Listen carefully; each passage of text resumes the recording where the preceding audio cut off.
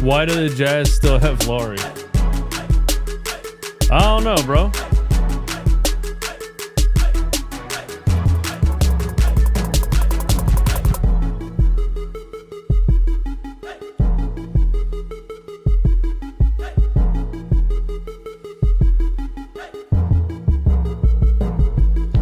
Here. It's a late one, man. It's a late one. Sixers Jazz 9:30.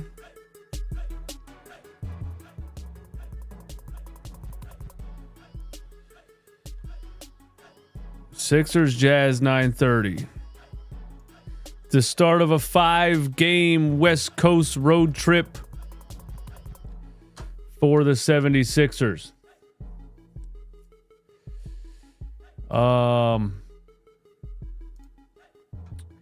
Jazz. Who we got after the Jazz? I forget.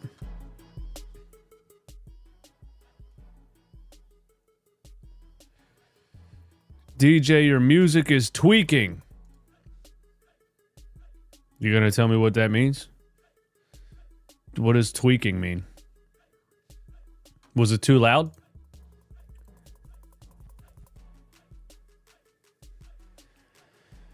What's going on, everybody? Daniel Barry's Sports Highlights. What's up? Richie MC. Embiid is acting like a spoiled child. $75,000 fine for rude gesture on Christmas. He loves the attention, good or bad. Richie, why do we care if Joel Embiid got fined for a rude gesture? A rude gesture? It's because after he hit that three in the fourth quarter, he went like this and made a air middle finger to the Boston crowd. That's not a rude gesture. Everybody hates the Boston crowd. I think the NBA is incredibly soft for that. Embiid flipping off the Celtics crowd is not acting like a spoiled baby. A spoiled child. I don't know, man. Kind of sounds like you feel like you got fined $75,000. I'm not mad about Joel getting fined $75,000. I think the NBA needs to start fining players for flopping instead of giving the middle finger to opposing crowds. You know, there's a lot of things that are ruining the game, but there's one thing, one of the main things that's ruining the game is these bastards flopping all over the place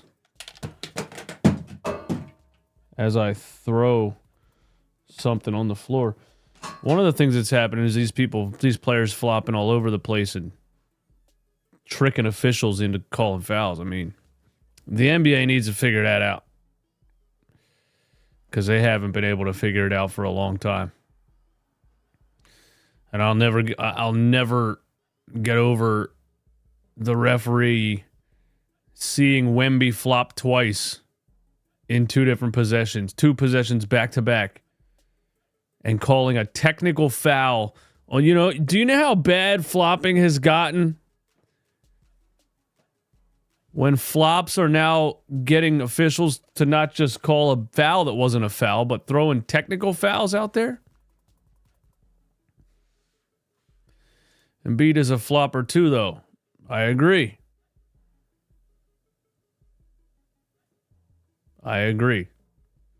Every time a player leans in and does a little sweep through that's not a real shot attempt just to try to get free throws, fine them. Every time a player pump fakes and jumps forward into the defender, fine them. And if a player does what Wemby did in that game, twice, back-to-back possessions, fine them. Because it's ruining the game, man. NBA refs fall for every flop, miss every travel, haven't called a carry since 1953. It's just funny, you know. I remember the James Harden run in 2016, and people were complaining. I remember a broadcaster. I don't remember if it was Philly broadcaster. There was a broadcaster that was like, I can't watch James Harden play basketball. His style of basketball is not fun to watch. In 2016, you know, when he was scoring 36 points per game. But yeah, everybody was complaining back then that like nobody wants to watch somebody shoot free throws the whole game. We're almost 10 years later, and they still can't figure it out.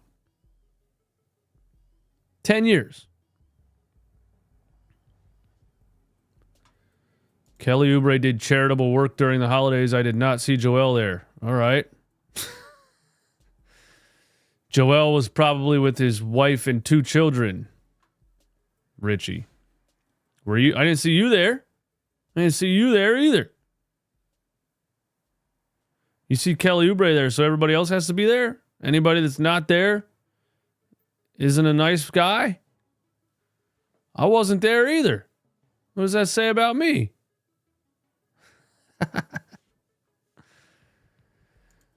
RJ, what up? RJ's here for more than just the vibes? More than just the vibes, RJ. You're here for more than just the vibes. We're turning the corner, man. RJ, are we turning the corner? Are we turning a new leaf, as they say? Here for more than just the vibes. I didn't think we would see this day, man.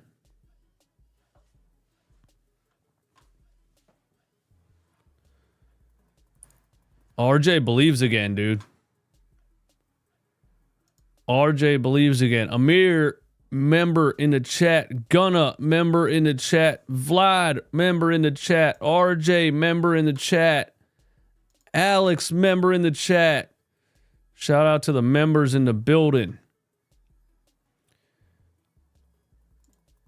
Is Daryl trading for Jimmy? It's about to get crazy. No. Nah. I mean, I think Jimmy Butler's getting traded for sure. I definitely think Jimmy Butler's getting traded. It ain't going to be to the Sixers. We just throw hypotheticals out there, you know, in the show earlier today when we were talking about would you trade for, you know, would you? Sure, just a hypothetical. We know it's not even really possible. I don't know if PG's about to go off, bro. Didn't he score 5 points against the Hornets? You know what I mean? Like at least we knew Tobias Harris was about to go for 30 against a bad team just to make everyone talk about it. All right, Andre Drummond is still out with a toe sprain. Eric Gordon is out with oral surgery. KJ Martin, foot stress reaction. And Jared McCain had surgery on his meniscus. Our boy Jared McCain has been posting clips on TikTok on crutches.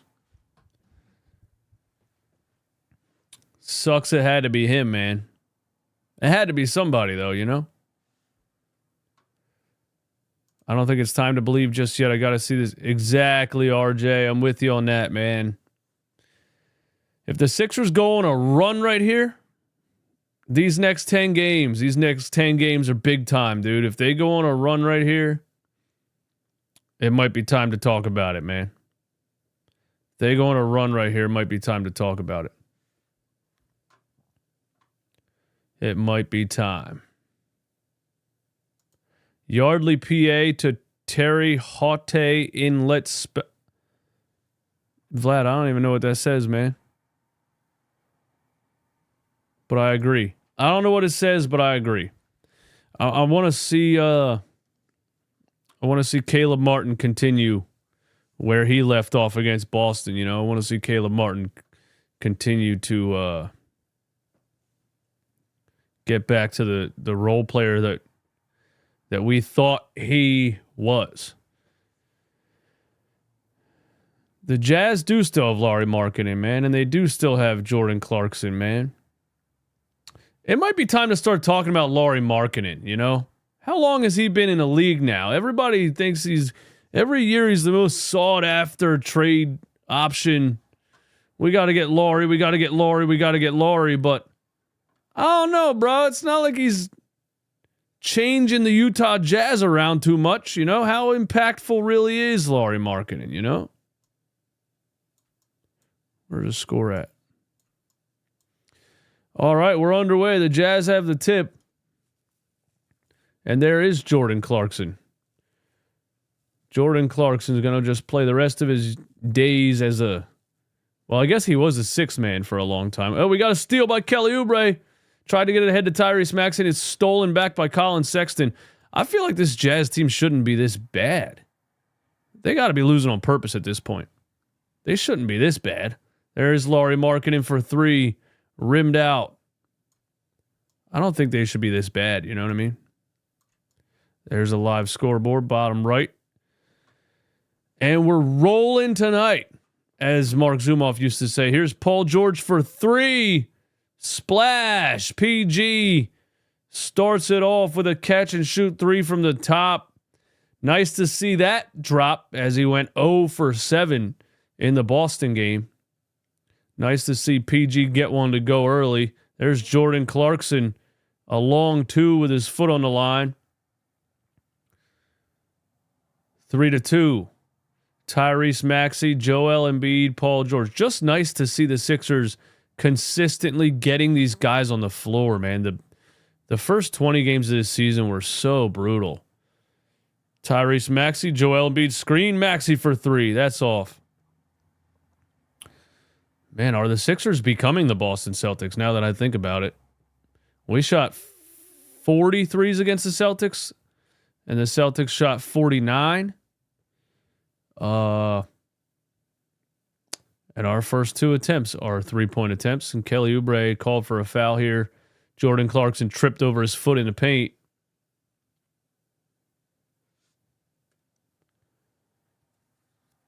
Colin Sexton inbounding the ball.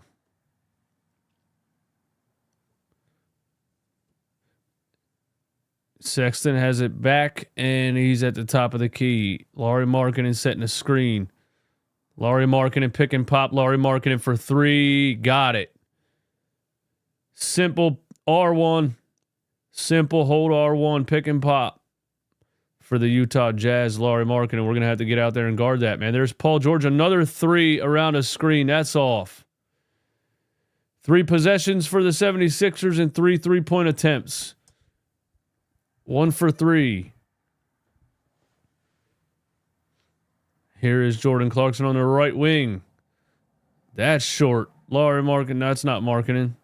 What's his name, bro? I forget. 24. And he gets a wide open dunk in the paint. Walker Kessler. Walker Kessler. Off of a Lauri Markkanen assist. Puts the Jazz up 7-3. The Sixers need to get something going here. I'd like to see more than just chucking threes. Here's Joel Embiid on Kessler on the block. Jab step, jump shot. Rimmed out. We were talking earlier today about Joel and how he's hasn't gotten really physical yet since he's been back. He's been playing a finesse game. Colin Sexton chucks a three. That's off. Here's Tyrese Maxey. He pulls up for a three on a 2-on-1 fast break. That's off. God. What happened to the game I used to love, man? You got a 2-on-1, Tyrese. Run the damn fast break, man. Clarkson gets in the lane. Bucket. 9-3. I can't believe Tyrese just pulled up for a three on a 2-on-1 fast break, man. Come on. Come on, man. You guys they're in high altitude. They're not thinking too clearly. Paul George on the block, turnaround jump shot over Sexton. That is off. What are the Sixers about? 1 for 8 so far? Oh my God. Building a damn Lauri Markkanen for three. That's money. The 76ers are building a cul-de-sac. with the amount of bricks they're putting up to start this game, and it is 12-3. Hey, maybe when you're playing high altitude, try to get your feet under you a little bit, hustle, get to the paint, get to the rim, get some easy buckets. Maybe don't come out and chuck 10 3-pointers in the first 4 minutes of the game, huh? But that's just me, man. That's just me. I'm not the one making the game plan. Bricking for chicken. Joel playing against a good shot blocker tonight. Get him in Kessler in foul trouble, and it's going to be a good night for us. Walker Kessler's a good shot blocker. Can he guard Joel Embiid? I think defense is a little bit more than just block numbers. If Joel gets on the block and gets physical with Walker Kessler, he got nothing. The Joel that I used to know, if he gets Walker Kessler on the block and puts his shoulder into him, he ain't guarding him.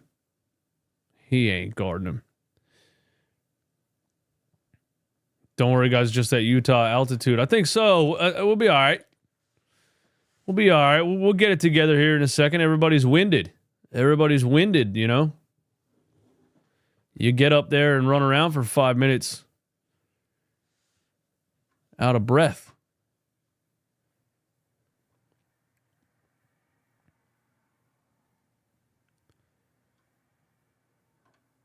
Dries, what's up?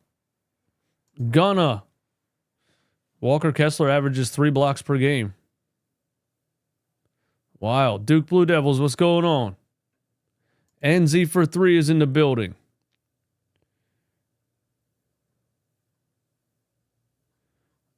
Yeah, I need to see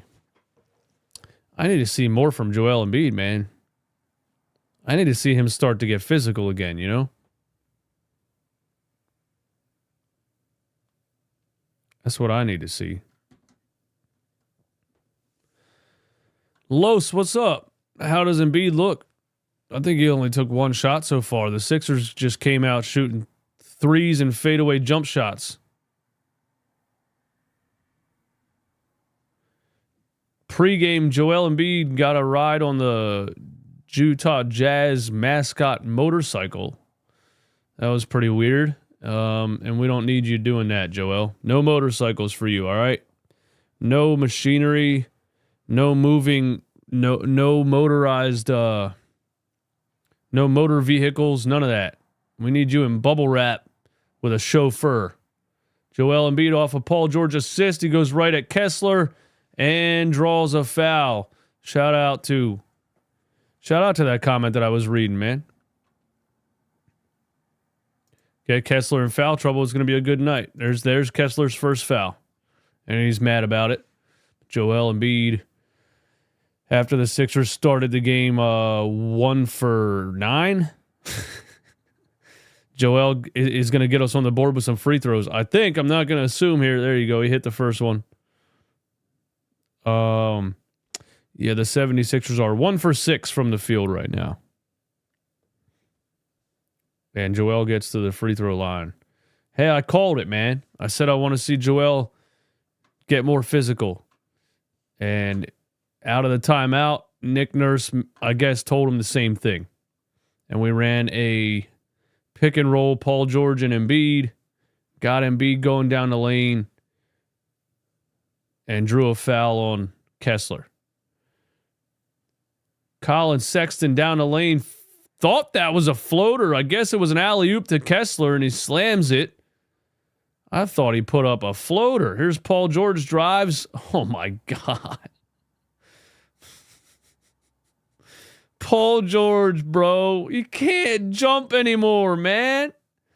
Speaking of Walker Kessler being a good shot blocker, Paul George drives left, tries to do a layup over Kessler, I guess. Didn't even get off the ground, and Kessler just smacked it out of bounds like a volleyball spike. But Joel Embiid gets Kessler his second foul of the first quarter. Shout out to that. It's exactly what you said. Get Kessler in foul trouble. That Paul George layup attempt was absolutely god awful. I mean, my goodness, man. Guy has no lift anymore.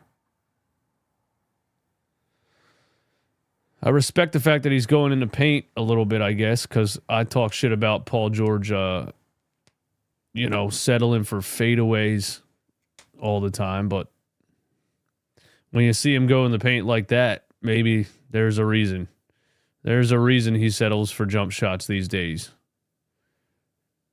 $50 million jump shooter, man. That's a wild contract, isn't it? John Collins is not playing. There's Clarkson.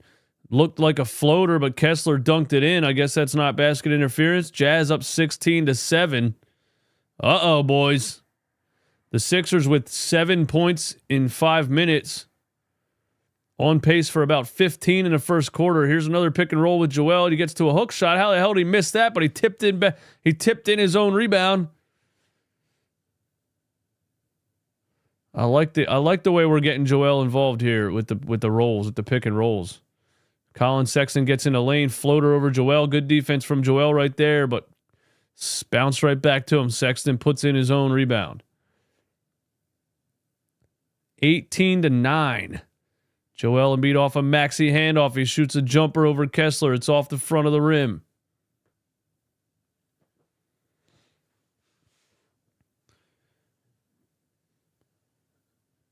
Here's Jordan Clarkson, drives left, kicks it back out to Markkanen. 8 on the shot clock. Kelly Oubre on Markkanen. Drives left. Terrible call, man. See, that's what the NBA got to stop doing, man. You got to stop calling touch fouls, man. You got to start letting players be more physical, man. You got to stop this nonsense.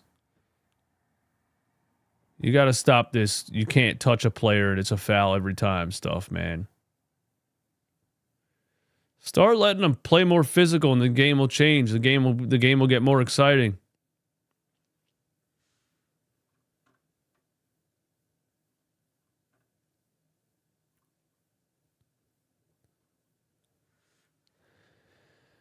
Kyle Lowry enters the game. Here we go, 39-year-old Kyle Lowry.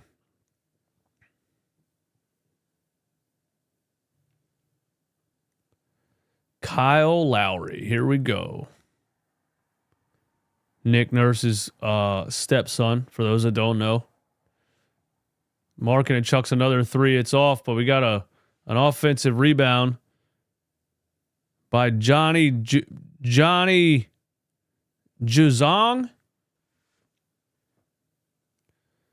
Johnny Juzang. That's a wild name. Johnny Juzang, man. Johnny Silverhand. There's an inbound to Kessler at the 3-point line. He hands it off to Clarkson. Kelly Oubre Caleb Martin playing some perimeter defense there. Forced Clarkson into a floater. But he made it. It's 20-9. With McCain out, you have to play Lowry. Yeah, I mean the Sixers roster is the Sixers roster is not good. The Sixers roster is not good. That is a fact. The depth is not good. Wow, we have 9 points with 5 minutes left in the first. Clarkson double teamed on the wing. Markkanen wide open in the corner. Jazz up 23-9. Why are we double teaming somebody to leave Markkanen wide open in the corner? Can somebody explain that to me? Paul George, right side. ISO and Walker Kessler. Step back jump shot. Brick. Oh, man. It's becoming pretty predictable with Paul George at this point. Maxey, good defense on Clarkson right there. Forced a jump ball. Good call there, lady ref. See, there's a good lady ref, man. There's a good lady ref. We just got to get rid of that other one. That one that was ref in the Spurs game. We got to get her up out of here.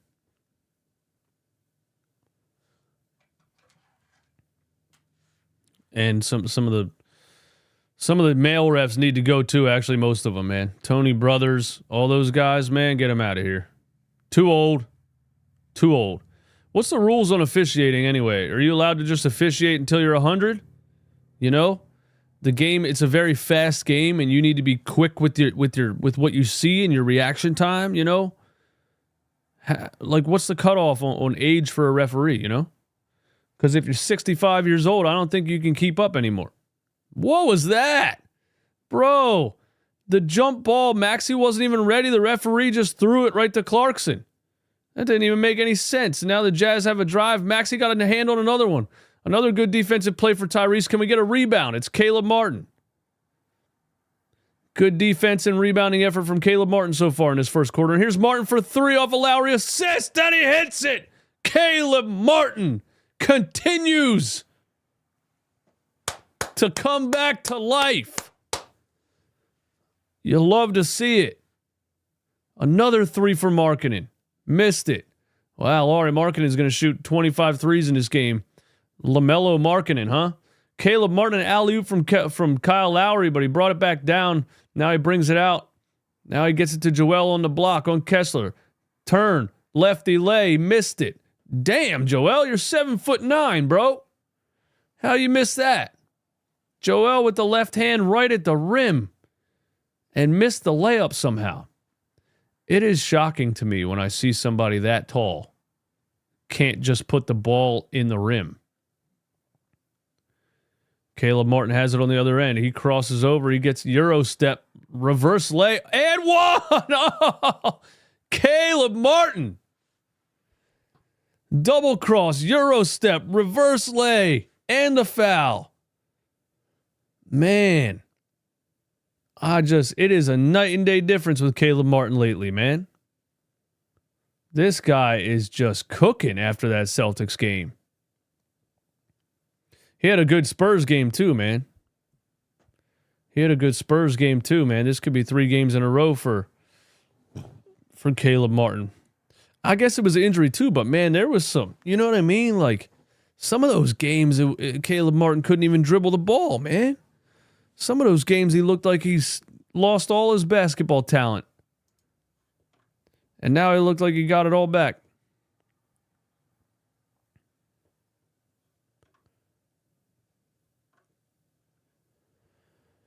Is Caleb finally a convincing trade piece? I don't think they wanted to trade Caleb Martin. I don't think that was anybody's plan. I think they signed Caleb Martin to have a veteran 3-and-D player in the playoffs. KJ Martin, you may be thinking of. KJ Martin will be a trade piece. Whether you like him or not, he will be a trade piece. Hey, we got almost 300 people in here on a, what is it, Saturday? On a Saturday night. A West Coast 5-game West Coast road trip starts right now. The 9:30 p.m. game, Sixers Jazz. Do me a favor one time if you haven't. Take a second to close out the chat and hit the like button. Us YouTube creators, we give you this content absolutely free every single game. All we ask is that you take 1 second to hit the like button. It helps out the channel very, very much. And these watch-alongs are brought to you by our friends at BetUS. Don't forget, thank you to BetUS for sponsoring all of the Run It Back Philly Sixers watch-along, play-by-play, whatever you want to call it. Lowry, sixth man. I mean, yeah, what are we supposed to do, man? What are we supposed to do, you know? Who are you supposed to play, you know? Jared McCain was the guy, man. Jared McCain became such a good piece off the bench, man.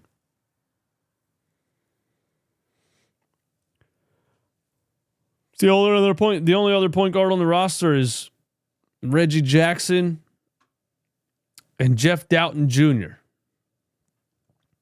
So if Daryl Morey's going to cook something up at the trade deadline, man, it's going to have to be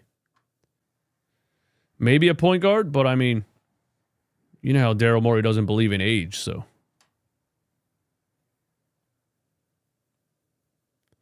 Maybe Daryl Morey and Nick Nurse still think Kyle Lowry is a high-level point guard.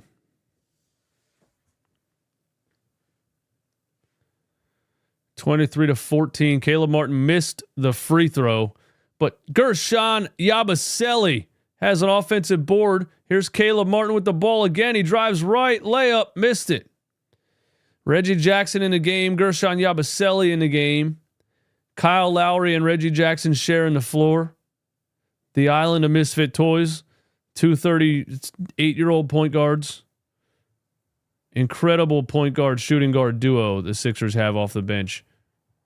And I think we have somebody stepped out of bounds here on the corner. And that is going to be number 13. I don't even see number 13 on this roster. Oh, Isaiah Collier. Yabusele getting big on the block, big shoulder. He backed down our guy Johnny Juzang all the way under the rim and laid it in. Yabusele bullying kids out there. I don't know who Johnny Juzang is, but he just got taken to school by Gershon Yabusele. Here's Reggie Jackson. Kicks it out to Paul George. Can Paul George be the featured scorer in this lineup? Now he gives it to Lowry and sets a screen. Now he's in the paint. Now he spins off of Markkanen and lays it in. That's not Markkanen. It's just another tall white guy. Nice play by Paul George down there in the paint. Getting a little physical, a little spin move layup. I like it. Sixers within 5. Look at this. Making a run here with the bench lineup. And now Johnny Silverhands hits a 3. Never mind. Sixers down 8. Yabusele. Caleb Martin gets in the paint again. Kicks it out to Lowry. We had a Lowry drive. He gets rid of it. Caleb Martin wide open for 3. Off the front of the rim that time for Caleb Martin. Here's Johnny Juzang again. Almost pulled another one. He gets it back out to Isaiah Collier to run a set. A screen and roll for Markkanen, and he hits him and he lays it in. Sixers down 10. Reggie Jackson driving all the way in and laying it in. The bump and run. He bumped Kyle Filipowski out of the way. Holy hell, who are some of these guys, man? Kyle Filipowski. What?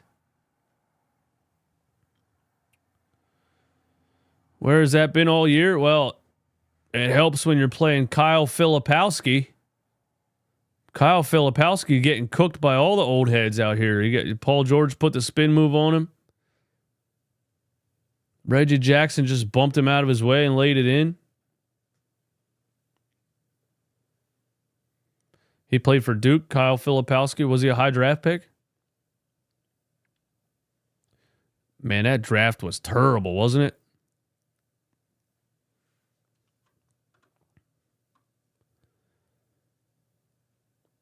Filipowski and McCain were a crazy duo at Duke last year. I don't pay attention to college hoops, really. I just never really pay that much attention to college basketball. I'm not sure why. Caleb Martin down to Yabusele. It's knocked out of bounds.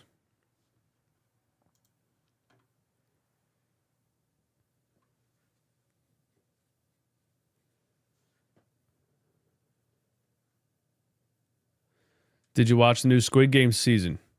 I watched a couple episodes of it so far. I love that shit. Caleb Martin underneath the rim off a Kyle Lowry assist. He tried to put another reverse layup over Filipowski. And another 3 for Johnny Juzang. Man. Wow. Jazz up 11, 31-20. Let's see if Tyrese Maxey can get something going. He drives in and gets a foul called on Filipowski.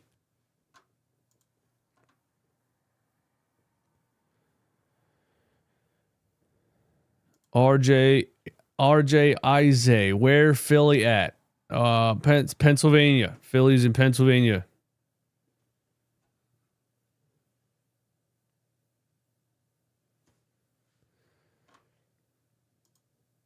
Johnny is first team.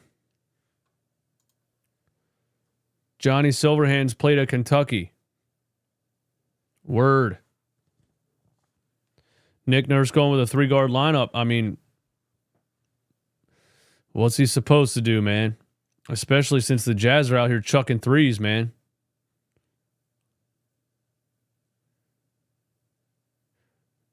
We got to get KJ Martin back. What's up with this foot reaction thing he had or whatever? Here's a drive and a turnaround jumper for Bryce Sensabaugh, and he makes it. And the foul. The foul is on Yabusele. Bryce Sensabaugh. Another player that, if he happened to be on the 76ers roster, Nick Nurse would never consider putting him on the floor. And here he is giving the Sixers buckets. Just goes to show, players can play basketball. Players who are good enough to get in the NBA, they know how to play basketball. Breaking news, Nick Nurse. It's okay to put some other players on the floor. It's okay. 76ers with a 22-point first quarter. On the verge of an 88-point game so far in Utah. I'm still very nonchalant about this game right now. I don't have a fear that the Sixers are going to lose this game or something, but if they do, we'll see what I feel like by halftime. The first quarter, first quarter, I'm blaming it on high altitude. What did Ricky Council do to not play lately? I don't know, man. No, he's not hurt. Ricky Council was active for the Celtics game, and he got a DNP. But, Nurse was trying to play a fast-paced game against the Celtics and get up a lot of threes, and that's what they did. I know Ricky Council can shoot some threes, but I don't think Nick Nurse thinks of him as a shooting type of, a shooter. You know what I mean? He was playing well a few games ago. It's never ending with Nurse, man. He gives players like 3-game runs, right?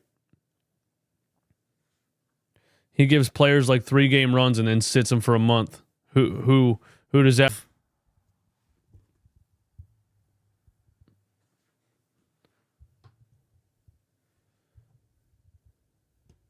It's what legendary coaches do, man. Stubborn old dinosaurs, right? Phil Jackson, Tom Thibodeau, Nick Nurse, Doc Rivers.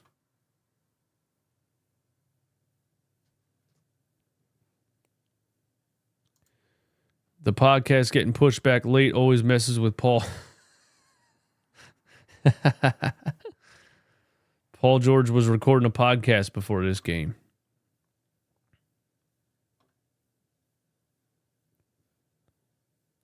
Nurse makes no sense with his rotations at all. It's just random. It is pretty random. Yeah, Ricky Council's in the game, guys. Yeah, sometimes Ricky's the first off the bench. Sometimes it's Lowry and Jackson. Ricky Council is in the game. Tyrese Maxey back in the game. He draws a foul here on the baseline. Sixers down 12. I remember when Jeff Doughton was balling at the start of the season, then had a bad game against New York and did not sniff the floor ever again. I remember that. And the funny thing is, Nick Nurse coached him in Toronto.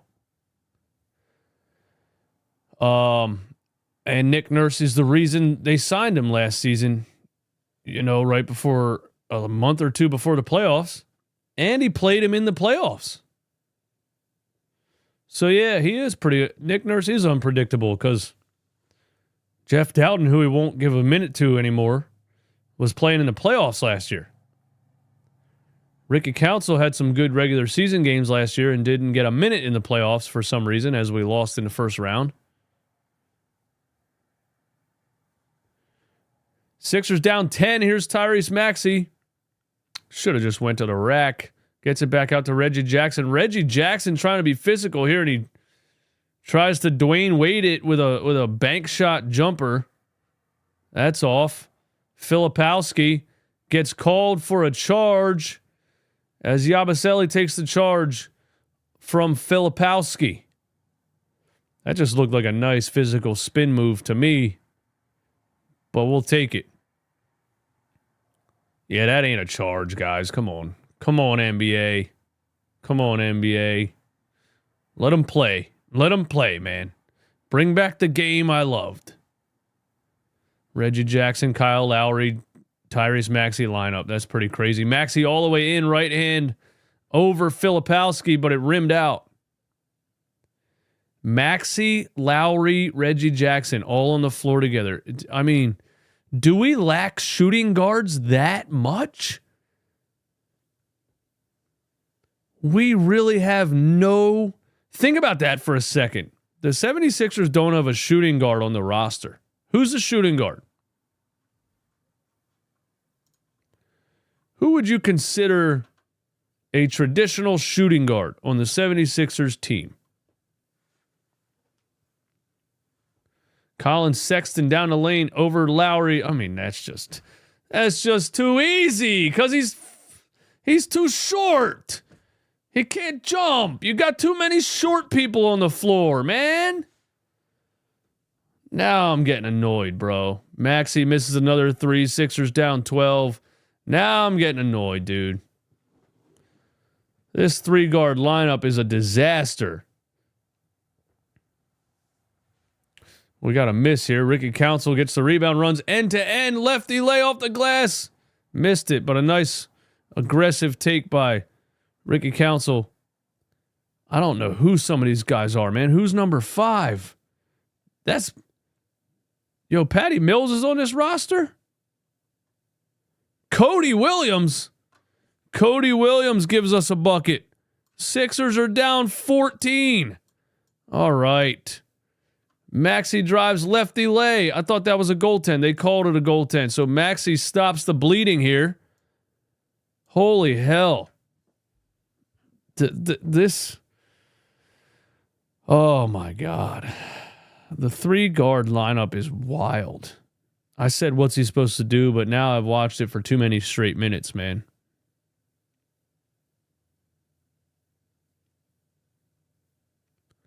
Who in their right mind would think you should put Lowry, Maxey, and Jackson on the floor together? Who would think that? There's Ricky Council down the lane again. Lefty lay for Ricky Council. Look what happens when you put an end-to-end athlete in the game. Ricky Council, too strong, takes to the rim. And he cuts the lead back to 10.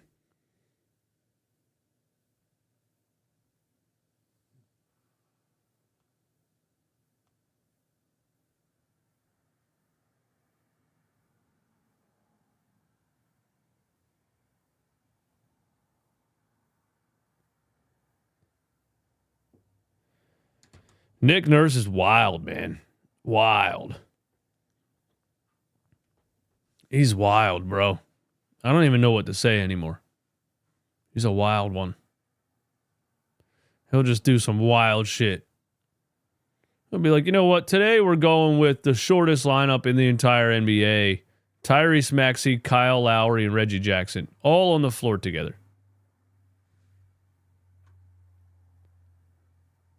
I don't know, man. Thankfully, Ricky Council was a part of that lineup because he's the only reason the Jazz aren't up by 20 right now.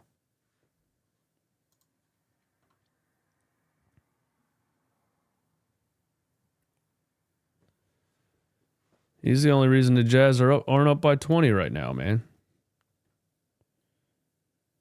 Just do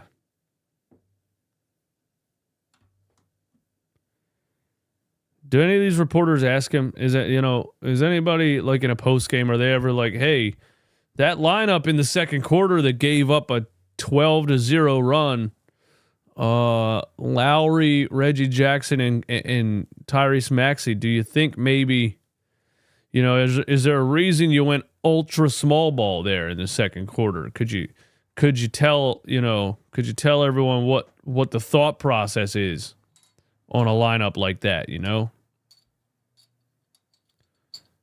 got to have one of at least Kelly Oubre or Caleb Martin out there, right?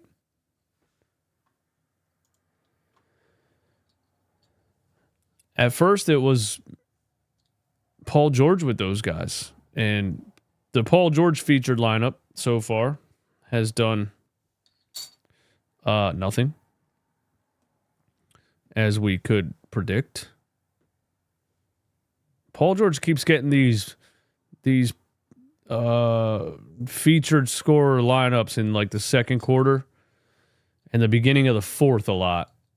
And he has not exactly shined in those lineups.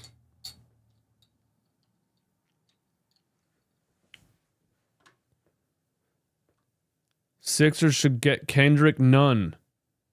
He is a legend in Greece. So he's no longer in the NBA. He's in Greece. Yeah, I don't think that's tipping the scales for us. Sixers down 12, 40-28. Kelly Oubre back on the floor. Joel Embiid back on the floor. Oubre lost the ball, but we got a foul call here on Colin Sexton.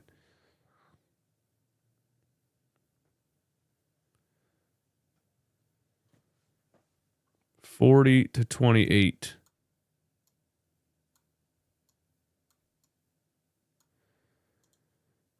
We got to get something going here, man. This is not a good game for us so far. 28 points so far. And now Joel tries to get it to Oubre. I think Sexton just got called for another foul. I think that's two fouls in back-to-back possessions for Colin Sexton. The physicality of Oubre and Sexton trying to just grab him and hold on. And he got called for his second foul. Back-to-back possessions. Tyrese Maxey over to Oubre. Oubre shoots a three in the corner. That is off. Oh, guys, I don't feel good about this game anymore. This might be one of those that we got to just throw in the trash. What do you think? Here's a strong drive by, I forget his name again, but that was very nice. Bryce Sensabaugh. Strong take to the rim on the baseline, went up, took the body contact, and finished through contact. Joel Embiid for three, and he hits it. And he gives another gesture that he got fined $75,000 for. I'm pretty sure that's the gesture that they fined him $75K for. He just did it again. I guess Joel Embiid does not care too much about $75,000.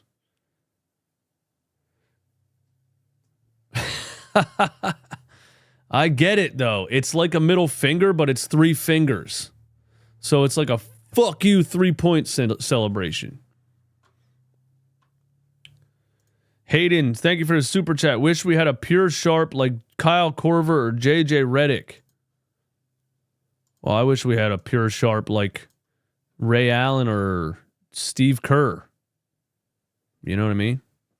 Maxey drives right hand in front of Kessler. Nice take by Tyrese Maxey. Nice job to sneak it up there before Kessler, who averages 3 blocks a game, could get a hand on it. Sixers down 9. We have cut the lead to single digits, ladies and gentlemen. And wow. I thought Kelly Oubre had a hand on that ball. They called a foul on Gershon Yabusele. He's telling Nick Nurse to challenge it. Nurse isn't going to do that.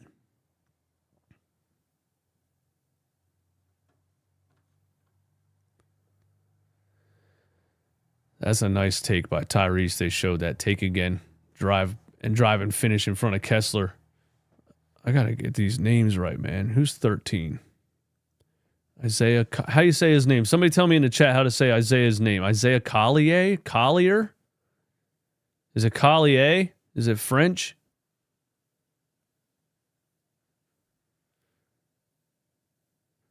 And number 5 is Cody Williams.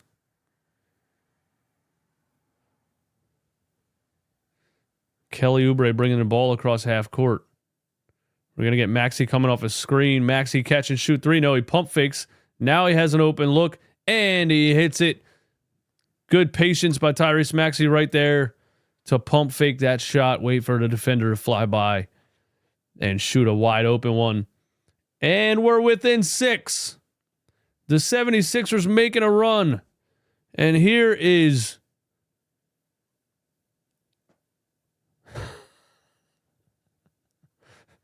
Bryce Sensabaugh.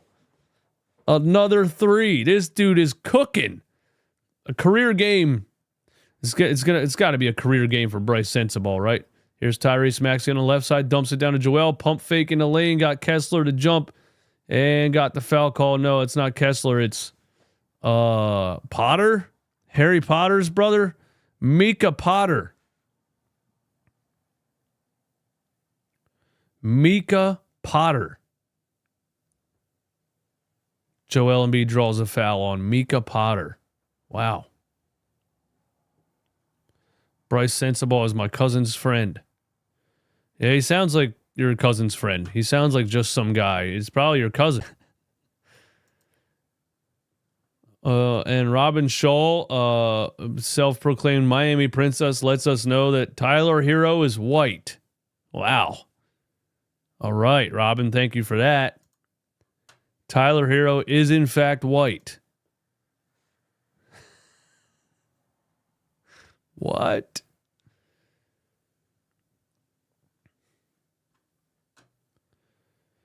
Mika, not Mika. I said Mika. Micah? Micah, not Mika. Okay. Sick, bro. Hayden, thank you for the super chat. Honestly, though, thank God Morey drafted Maxey. I think about that often. Imagine where it would be if we didn't take him with the 21st. Yeah, dude. The future of this team would look bleak, would it not? Although, shout out to Daryl also for drafting Jared McCain. Maxey McCain, 25. Make the Sixers great again. The future. Sixers within 7.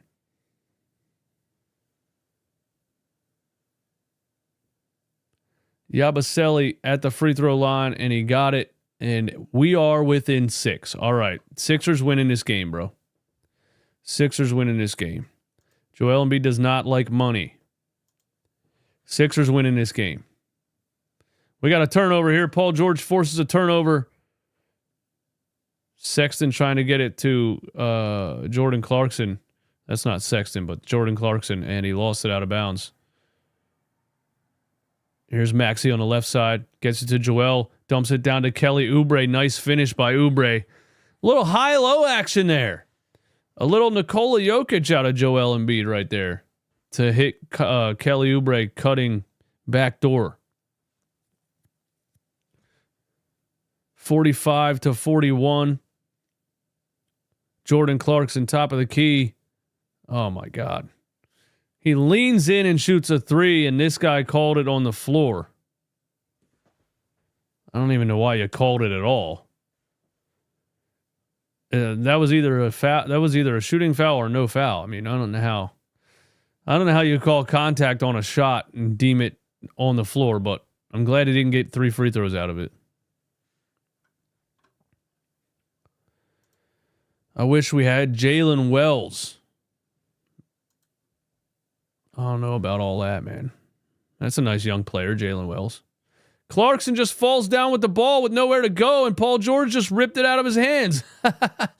And PG gets it over to Tyrese, who kicks it to Yabusele in the corner for 3, and he hits it. Gershon Yabusele, the dancing bear, brings the Sixers within 1 point.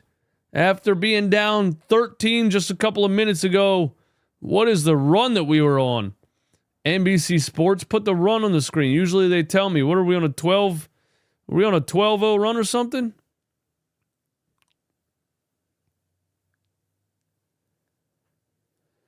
Yabu from the corner, man. He has been such a great addition to this team. Out of France. All because he dunked on LeBron James in the Olympics. Nobody was talking about him. Everybody in the NBA forgot about him. Maxey dumps it down to Joel. Joel Embiid at the free throw line. Jump shot over Harry Potter's cousin, and he missed it. Yabu got the board, and they called a foul because Jordan Clarkson fell down. Or no, they called a foul. Who did they call a foul on? They called a foul on Yabusele because Jordan Clarkson fell over in the paint. See, that's what's wrong with the NBA, man. If you box somebody out and they get position on you and you just throw yourself on the floor, they'll just call a foul because referees don't know what they're doing. They'll just see a player that fell on the floor and they'll call a foul right away. Out of all of the issues with the NBA, officiating has to be the biggest one. The officiating is god-awful. There's a missed three for Utah. Paul George has a rebound. Tyrese Maxey a head up, draws a foul. Missed the lay-in, but he drew the foul. Has a chance to put the Sixers ahead at the free throw line. Yeah, Harry Potter's cousin, man, Micah Potter. You guys didn't know that? You guys didn't know Micah Potter was Harry Potter's cousin? Come on now. Where you been at? Living under a rock? Frank, what's up, man? Thanks for being here, and thank you for the super chat. Dude, you're the best. I have not missed a broadcast this year. Thank you. And I'm a Celtics fan who has also followed the Sixers for 20 years. What? A Celtics fan who has also followed the Sixers for 20 years. Does that make you a Sixers fan? Or are you just... Is there a difference between being a fan of a team and just following a team? But thank you for the kind words either way. And I hate the Celtics. And the Celtics are what's wrong with the NBA. And their jerseys are ugly and nobody likes them. Paul George with a steal and a 2-on-1 fast break behind the back to Tyrese Maxey and slams it with the... Hits Tyrese Maxey with the behind the back pass. Wow. Maybe Paul George is entering the point guard phase of his career, man. Maybe Paul George is becoming point guard P. Point guard P with the behind the back assist to Tyrese. Now Tyrese gets it to Joel down the lane and he lost the ball. And now the Jazz have a fast break dunk on the other end. Was it a 16-0 run? Was it really? That's wild. That is wild. The Jazz were up by 13. Can we confirm that? A 16-0 run?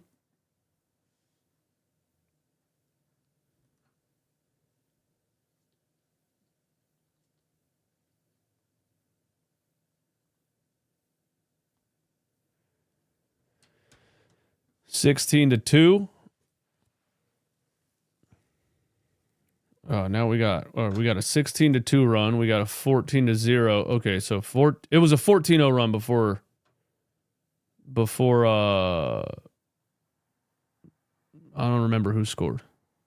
But it was a 14-0 run. Either way, I like it.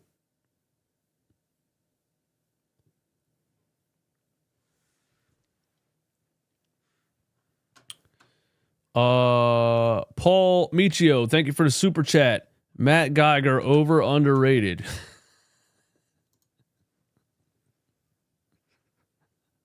Matt Geiger?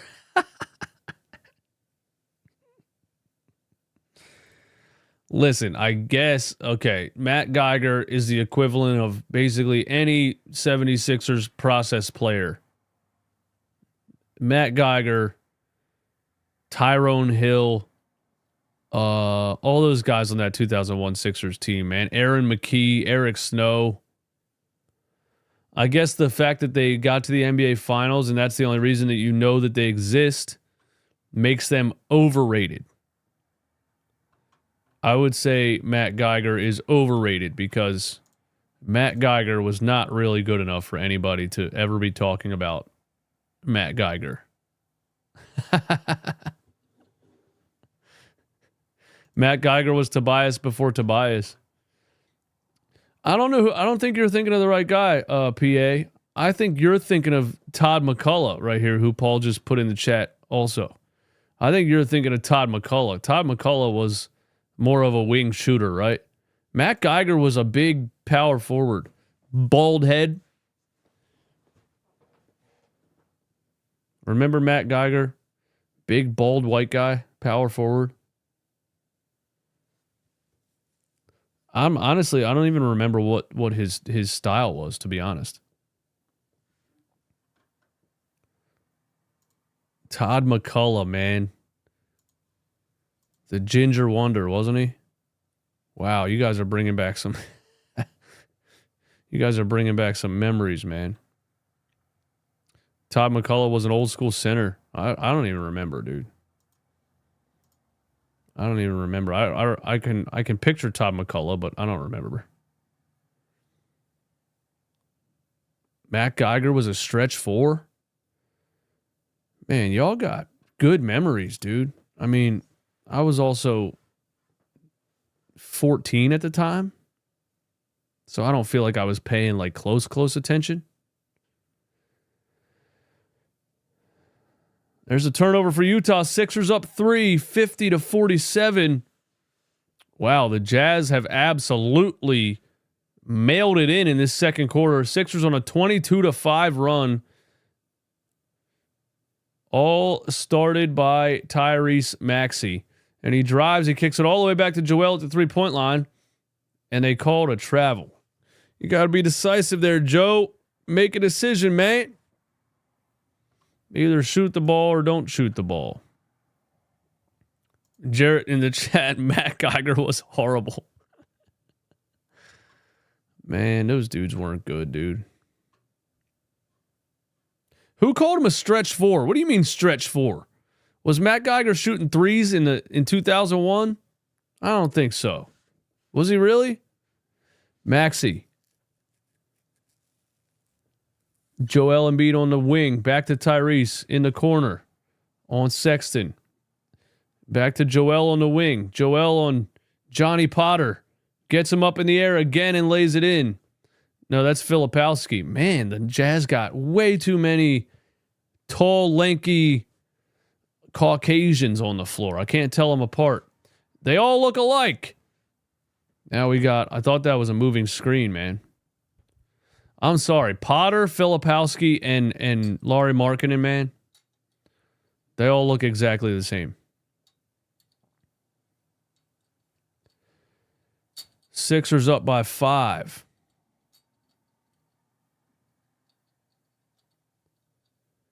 (52-47).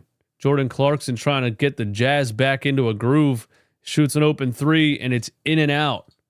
The Jazz can't get anything to go here in the later part of the second quarter. And Paul George wants to join the party, and he drives, puts up a layup. There was a lot of contact, but I guess the officials just did not want to give Paul George a foul call right there. Gotta be more physical than that, Paul. Gotta be more physical than that, Paul.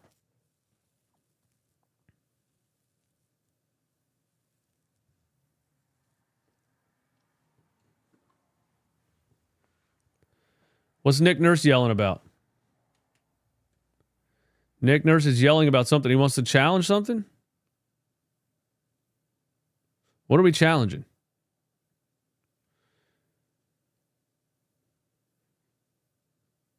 Oh, they called this a foul here?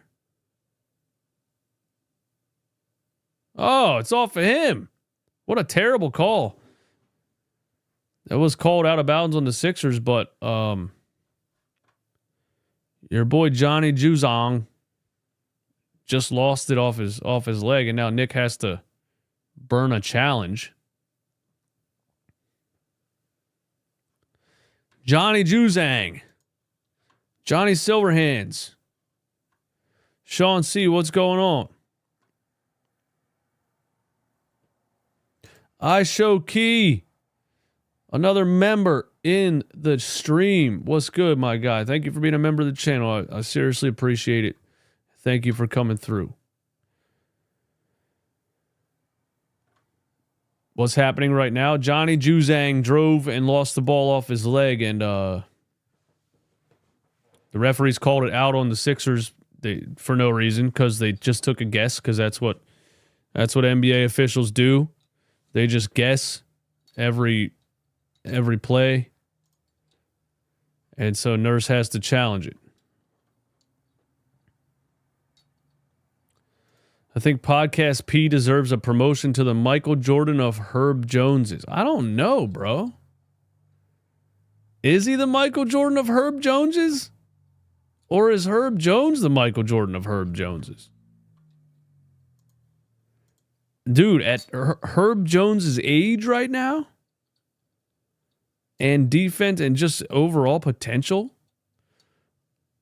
bruh. I'm not going to go crazy and say I would take Herb Jones over Paul George right now, but it's pretty close.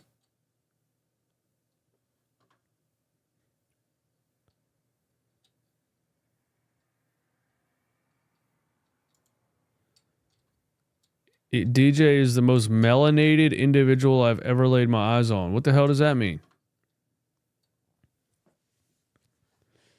Melanated?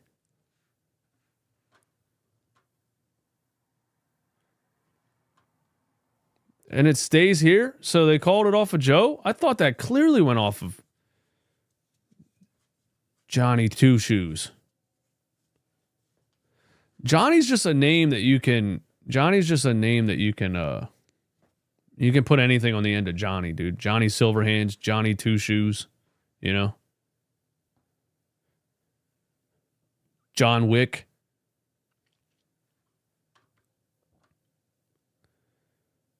Akai Beard? I don't even know what you guys are saying in the chat, man. Are you guys speaking English? Clarkson for 3 around the screen. He tried to draw contact and Caleb Martin didn't give it to him and he airballed it. Here's Joel Embiid running a fast break. Maxey puts it up and he's fouled or blocked by Clarkson, and now Joel Embiid is fouled by the fourth tall, light-skinned fella on the Jazz team, Johnny Eubanks. We got another Johnny in the house. Oh, Drew Eubanks. I thought he said Johnny Eubanks. Hey, it's a late Saturday night, man. Don't listen to me. I don't know what I'm saying. It was in response to a guy asking if you were black. Somebody asked if I am? What? What are we doing in the chat, bro? It's too late. Y'all need to go to bed, man. It's past your bedtime, man. You're wild in the chat today.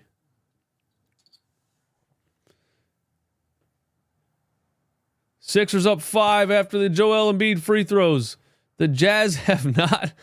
Bro, I feel like they've been in the 40s this whole second quarter. They're sitting at 48 right now. Colin Sexton in the lane. Floater over Joel. Got it. And the Jazz have eclipsed 50 points. Sixers not that far ahead, though, man. 53-50. We got to get something going here. Extend the lead a little bit for me to feel comfortable about this. Joel Embiid down the lane on another assist from Tyrese Maxey. And another foul for Drew Eubanks. Joel Embiid getting back to what he does. Joel Embiid getting back to what he does, man. Get these bums in foul trouble. You can't guard me. You can't guard me. Drew Eubanks yelling at the official. What am I supposed to do? He's 7'2" and runs like a damn cheetah. What am I supposed to do? Well, he doesn't run like a cheetah anymore. He used to. Guys, I will tell you this. Waiting for this game to start today, I was going a little bit crazy. I played Cyberpunk for probably 12 hours. And then I kept drinking coffee because I didn't want to be tired when the game starts. So this is the product that you got. All right. RJ, yeah, they got 5 of them, dude. Sixers can't find one. We can't get one tall guy on this team, dude.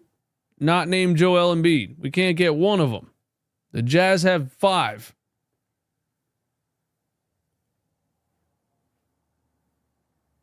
Johnny Juzong with the miss. Ricky Council the rebound. Kyle Lowry's back in the game. Joel Embiid, oh my God. Ricky Council cut baseline and Joel Embiid tried to throw it over his head. He really does think he's Nikola Jokic. All right, Joel, you need to calm down now. Colin Sexton gets in the lane. Another floater back of the rim, but it's tipped in by Lauri Markkanen. That Colin Sexton floater is wild, bro. Colin Sexton pounces, dude. He looks like, you ever watch that show back in the day, Slam Ball? Remember that? They had the trampoline in the middle of the floor. Colin Sexton looks like he bounces off a trampoline when he shoots that floater. Paul George down the lane. Oh, we got a Paul George two-handed slam in traffic, and the Sixers bench goes crazy because everybody thought he couldn't jump anymore. Oh, my goodness. Podcast P with a two-handed slam. It helps that the only rim protection was Drew Eubanks, but nice take from Paul George. You know, that's a 6 out of 10, man. That's a 6 out of 10 for Podcast P.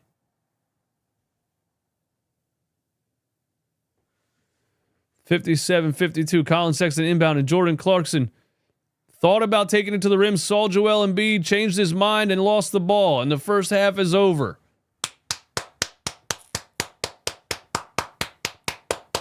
Sixers up.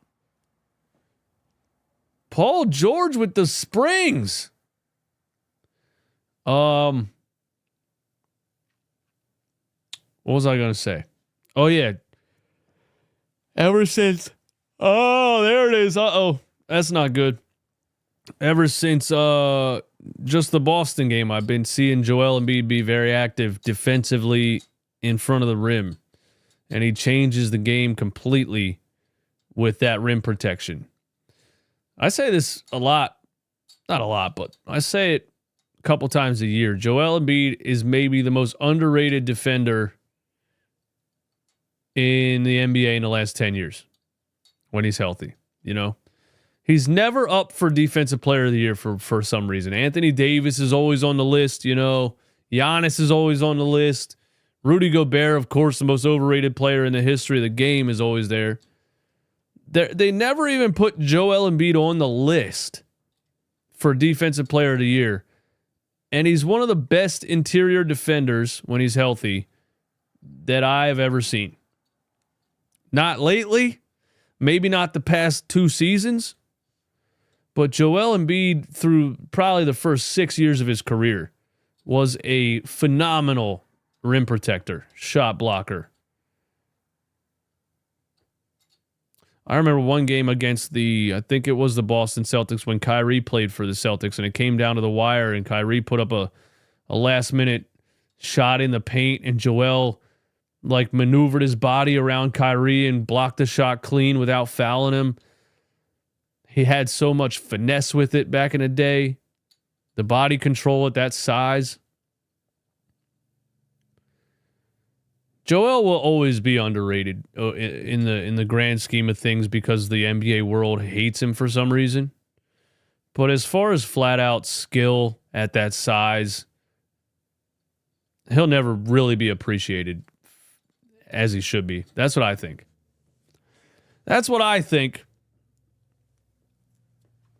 He's not that old. Well, his knees are aging in dog years, Lawrence. His knees are aging in dog years, Lawrence. There's nothing you can do about it.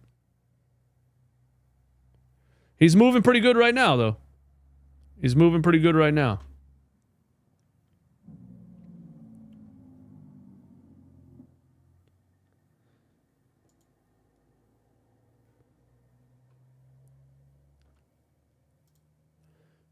Bryce lets us know that Hawk Tua is from Utah. Wow.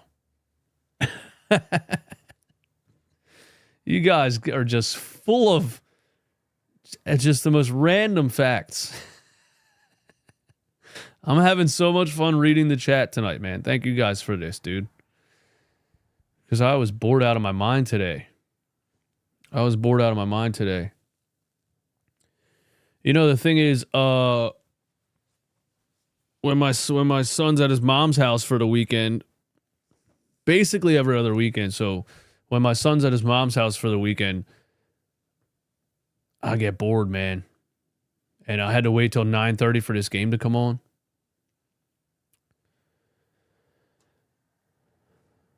I was going to say something else. I forget.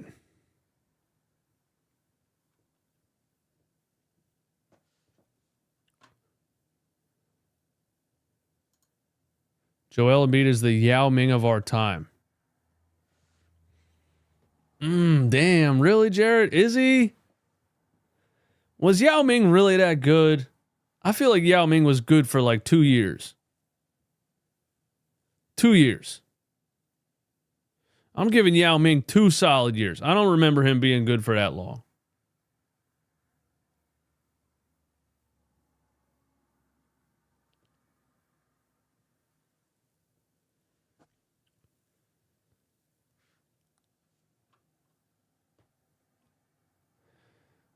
He was always hurt, man. Wasn't he 7'6" or something crazy?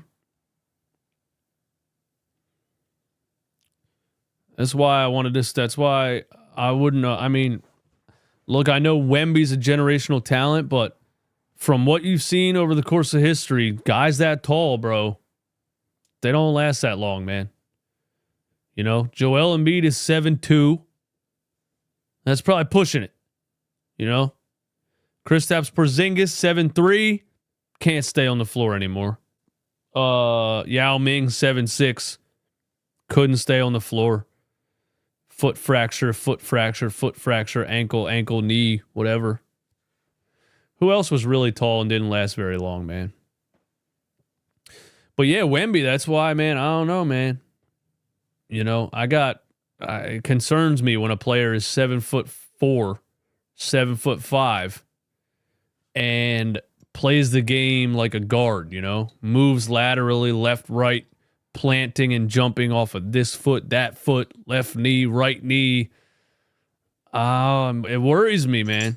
It worries me. And the last Sixers Spurs game, I think I jumped off the Wemby train, man. I jumped off the Wemby train that last Spurs Sixers game because the flopping this guy and chucking threes, man. Wemby shoots 10 threes a game. Shoots 10 threes a game. Then he's flopping all over the place, getting players ejected. People talk about what's wrong with the NBA, you know. Victor Wembanyama is supposed to be the next whatever, right? Victor Wembanyama is supposed to be the next face of the league or something like that.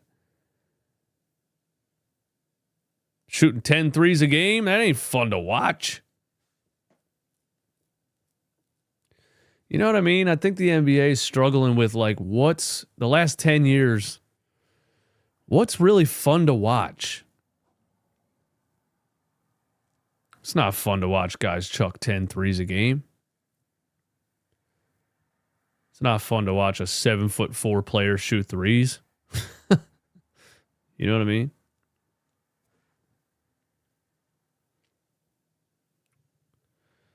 It'll come back. Everything in life is a cycle, man. The NBA had a very high point, late 90s, early 2000s. The LeBron James era all the way through the 2010s. Very high points for the NBA, you know? And just like the latter half, closer to 2020 and the first half of the 2020s, not the best NBA. Not the best NBA the past 5 years or so. But something will change it, man. You know? Something will change it. Another player will come along that becomes the face of the league. Maybe it's Cooper Flagg.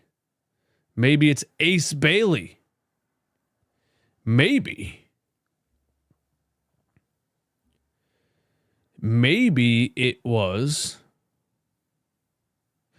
it's Jared McCain.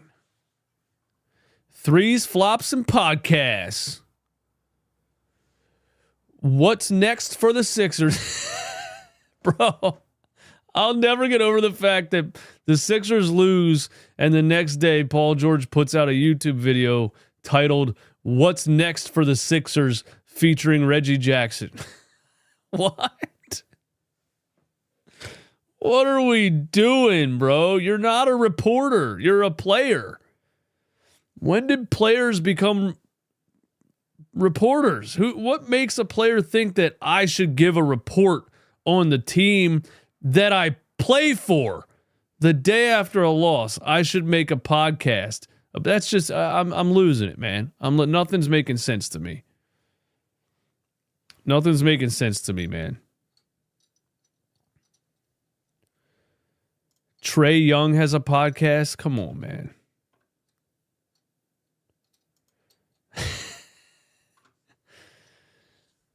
Ray, I remember the Green Room from Danny Green, and they were playing it. The only reason the Green Room had any views is because he played for the Sixers at the time, and after Sixers games, they were playing it on NBC Sports Philly. And I remember after they stopped playing it on NBC Sports Philly, I was once in a while would check in on Danny Green's views on YouTube, man, and let's just say not good. I think that's the funny part to me is that, you know, NBA players think, especially guys like Danny Green or Austin Rivers, right? They think just because people know who they are that they can go make a podcast and people are going to listen to it. Draymond Green has a personality. So Draymond, I think, is always going to get podcast views. I think Draymond is a big personality. You know, that's like Shaq having a podcast or anybody like that. But there's a lot of these guys that don't have any personality. Paul George is one of them.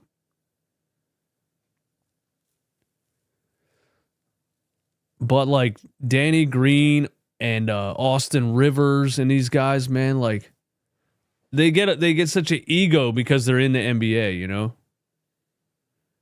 And then they're like, "Oh, I'm Danny Green, 6-time NBA champion." Yeah, but that doesn't mean anybody's waking up saying, "What did Danny Green say today?" I just can't imagine there being a single person that ever stopped in what they were doing throughout the day and just said to themselves, "I wonder what Danny Green said today."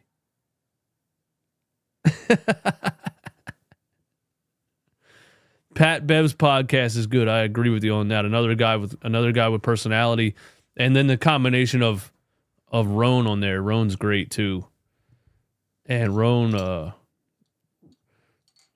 got a lot of personality. He was a battle rapper back in the day that I used to watch on some of these battle leagues, and then he signed to Barstool. So I like the combination of Roan and Pat Bev.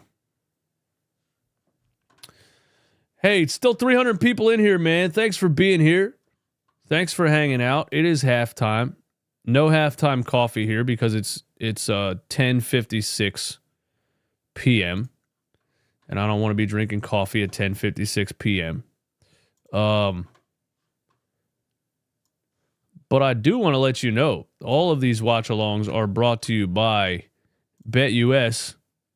Thank you to BetUS for continuing to sponsor the show, all of the watch-alongs. And I'm failing to get it on the screen here. But right now, you can get 150% deposit bonus on your first deposit on BetUS and 125% deposit bonus on your next two by using the promo code YouTube150. And BetUS has a custom prop builder on their website. And check it out. You go to their website right here. You click on NBA. And you... No, that's not how you do it. Eastwood, show them the right way, man. Show them the right way. Prop builder right here on the list. And if my internet wants to load the page, I will show you what the BetUS prop builder looks like. Come on, bro. Verizon. I'm shouting you out, Verizon. I switched from Xfinity to Verizon. Verizon's way better. So much faster as my camera freezes at the same time. We're doing great. Everything's working fine. Everything's going good. Now let me get my camera back up. Everything's going good, man. It's all good. Nothing's breaking. Technology is doing exactly what I want it to do. Holy hell. What's going on? Where's my... All right, my whole camera program froze. EOS Utility 3 is not responding, says Windows. So now everything's breaking. Let's see if we can get it up again. That's what she said. Here we go. There we go. We're back on the screen. Here is the BetUS guys are going to watch this ad and be like, what the hell was Eastwood talking about? And we no longer want him to represent our company. Yeah, here's a custom prop builder on BetUS, man. You go over there and you can choose NFL, NBA. Look, you can go to NFL games tomorrow. You click all games, right? You can go choose Dallas Cowboys, Philadelphia Eagles. You choose the specific player, right? Let's see. Jalen Hurts is not playing again. We could go, let's do something crazy, man. Let's go with Kenny Pickett, man. Where's our boy Kenny Pickett? You can make your own parlay. You can choose Kenny Pickett. You can go to passing, all right? And you can choose that Kenny Pickett is going to throw for 4 touchdowns tomorrow. And you can build out your own parlay from there. I don't suggest that you do that specific thing because Kenny Pickett is not going to throw 4 touchdowns. But that is BetUS custom prop builder. And the promo code there is YouTube150 to get your 150% deposit. Shout out to BetUS. Do not bet on Kenny Pickett. That was a joke. Here is the start of the third quarter. Sixers up by 8, 60-52. Paul George kick out to Joel Embiid. Pump fakes a 3. One dribble, gets hacked on the arm, and he's going to go to the free throw line. Joel Embiid fouled by, what's his name, man? Oh, where'd my roster go? Oh, I went over to BetUS. Now my roster's gone. Damn, I had all the Jazz players up here. And now they're gone, and I don't know who's who. There we go. I don't know who that guy. Oh, Cody Williams. That's his name. Cody Williams. Eric 215 says, why all those empty seats? Are you being serious, buddy? Would you waste your time going to watch the Utah Jazz play basketball?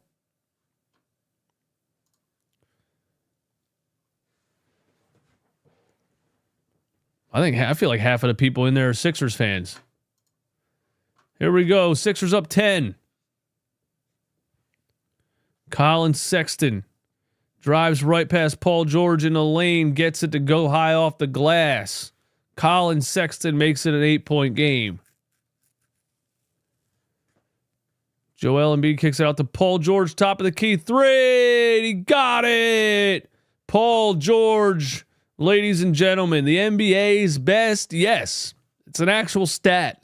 He was the NBA's best catch and shoot 3-point shooter last season at 45%. If the 76ers can just get that version of Paul George, I'll feel much better about it. Well, at least this season. I don't know about that 4-year contract, but it is what it is. Kelly Oubre, turnaround jumper in the lane. Splash for Kelly Oubre. Sixers back up 11. Let's make this a nice, comfortable win. Here's a steal, knocked away by Joel Embiid. Paul George running a fast breaking, dishes to Tyrese Maxey again, but Maxey just lost it out of bounds. I mean, Podcast P gets a little bit too passive. Paul George is now 8th on the all-time three-pointers list, which is just, I mean, it's really an annoying list because players in today's game shoot way more three-pointers. So who the hell cares who's on the all-time list? You know what I mean? Of course the top 10 is going to be like recent players. Joel Embiid for 3. That's off. Sixers up just 8. I need them to go on another run here. I can't handle a close finish with the Utah Jazz tonight. I can't do that, okay? Jordan Clarkson floater at the free throw line. And he got it.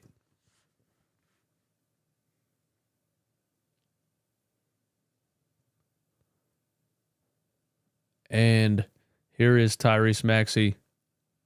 Paul George, left wing, jump shot, front of the rim.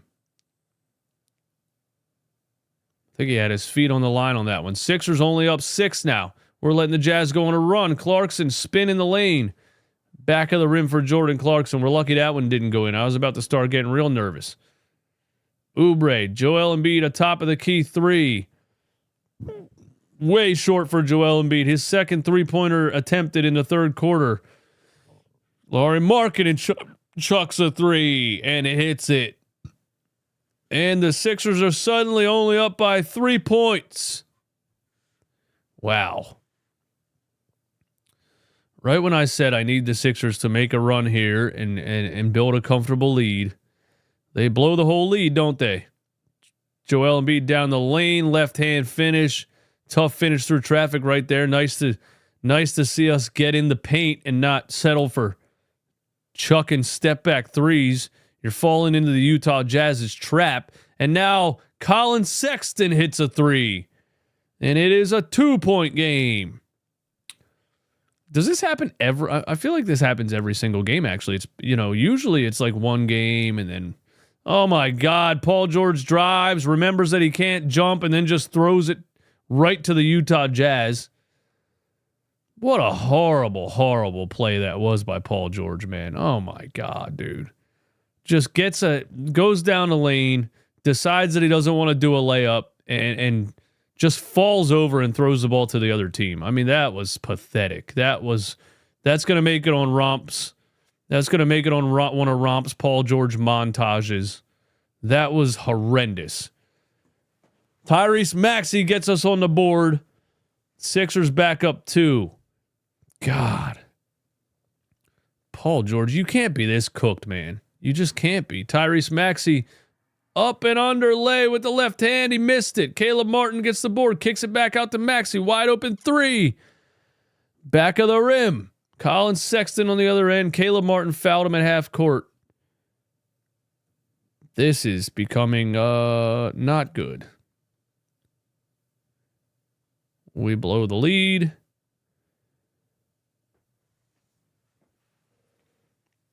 Yeah, the Sixers are winning this game. That we do know.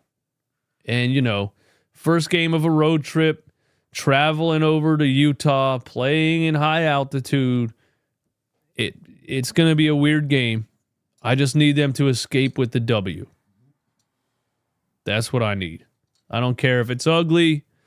I don't care if it, this is one of those, I feel like a win is a win type of games, because it ain't too pretty. It ain't too pretty, that's for sure. Sixers up 1, 69-68.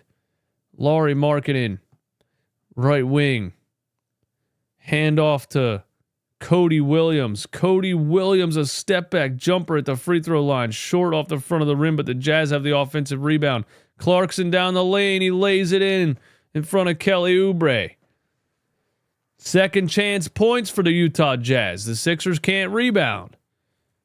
Here is Paul George. A three off of Joel Embiid's screen and another back of the rim brick for Podcast P.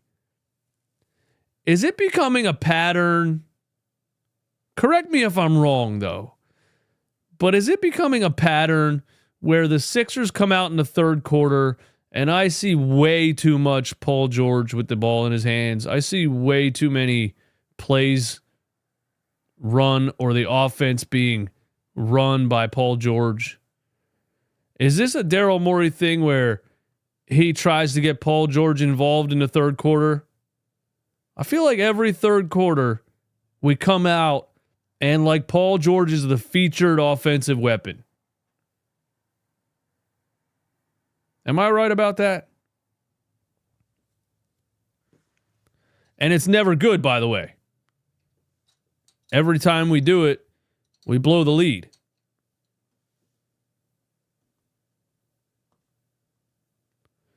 I understand trying to get him going and trying to build a chemistry and a rhythm. And as the season goes on and you get closer to playoff time, you want all three of these guys to have defined roles on the team and where they want to be and what they want to do. But man, bro, this Paul George just cannot be this cooked, man.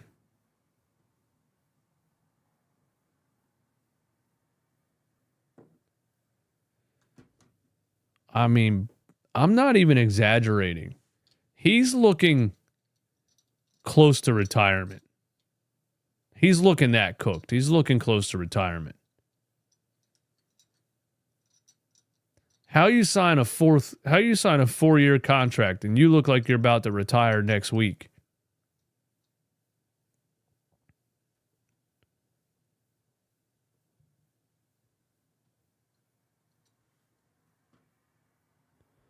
Paul might have to come off the bench? Well, that ain't going to happen.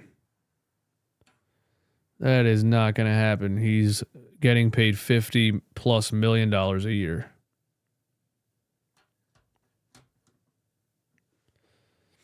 Trade PG for Ingram. Think about it.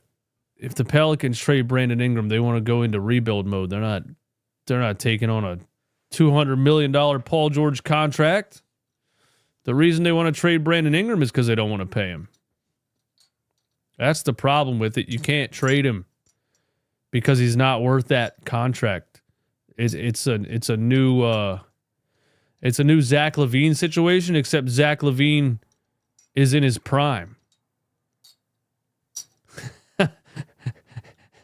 It might be worse than the Zach LaVine situation. Cut our losses and trade PG for Jimmy Butler. Miami says no. Here's what Miami says. No thanks. Click.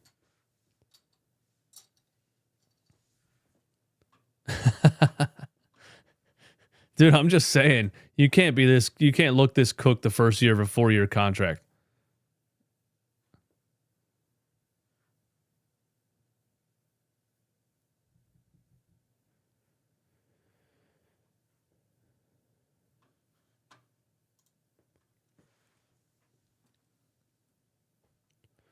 Paul George making a shot. That was the play of the game.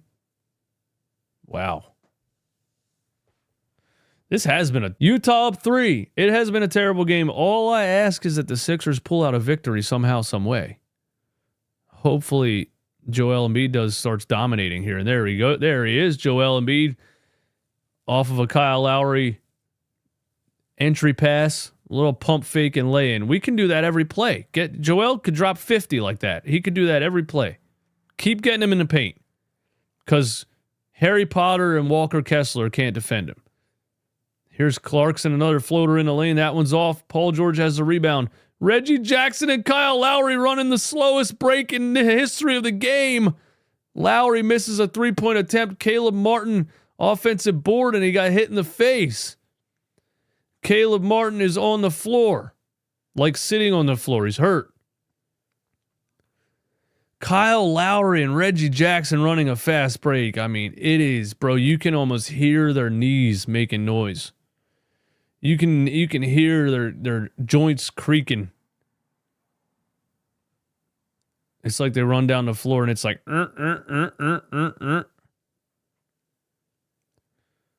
It's wild, man.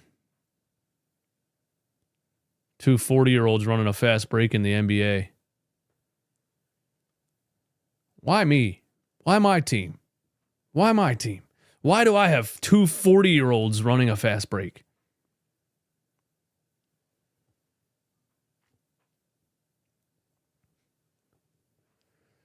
Jazz up 1.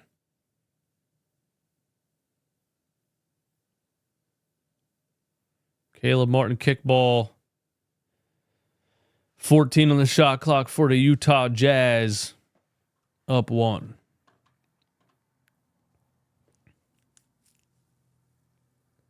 Buddy Hield was the only real good trade deadline acquisition last year. We traded him for a 2030 second rounder, and now he's a 6th man of the year contender. Yep. Nick Nurse couldn't figure out how to get him involved. That's all they kept saying. You know, we got to get him involved. We got to get him involved. He just, something about this offensive system, Buddy Hield could not get comfortable, could not get into the flow of things. And when a shooter is not comfortable, a shooter is ice cold. And man, he went ice cold for about 2 months. And then he went to Golden State.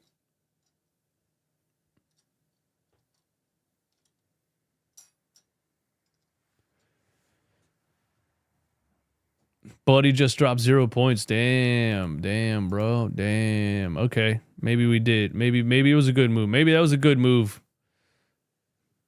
Yeah, I don't watch Warriors games, really. I only saw a couple of highlights of a game where Buddy Hield was hitting some threes. That's me doing what I say everyone else does, not actually watching games and forming an opinion off of some Bleacher Report clips, you know? I think Walker Kessler just drew a foul on Paul George on a rebound. Now we got Caleb Martin with a broken nose. So Caleb Martin finally gets his game back after who are the people in NBA Jam that like stole the All-Stars talent? Caleb Martin finally gets his talent back and breaks his nose. All right. Yeah. Way to go being a Sixers player. Excellent career choice. Joining the 76ers. You put that jersey on, man, bad things are going to happen. Kyle Lowry and Reggie Jackson, the shooting guard and point guard. Here's Reggie Jackson for 3 off. Now Lowry has a steal. Here's Lowry. He got numbers. He gives it to Jackson. He back to Lowry. Oh, my God. It's the slowest fast break since the last one. Never mind. You don't have numbers. You had numbers. Joel Embiid for 3. Off. Wow. Right when I thought they couldn't have a slower fast break than the last one,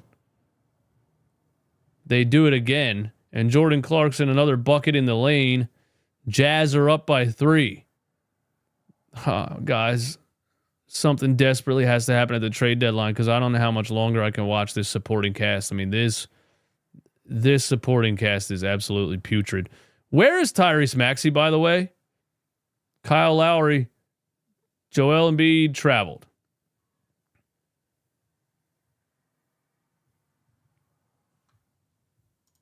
Joel Embiid called for a travel. Holy hell, the Reggie Jackson, Kyle Lowry fast breaks, man.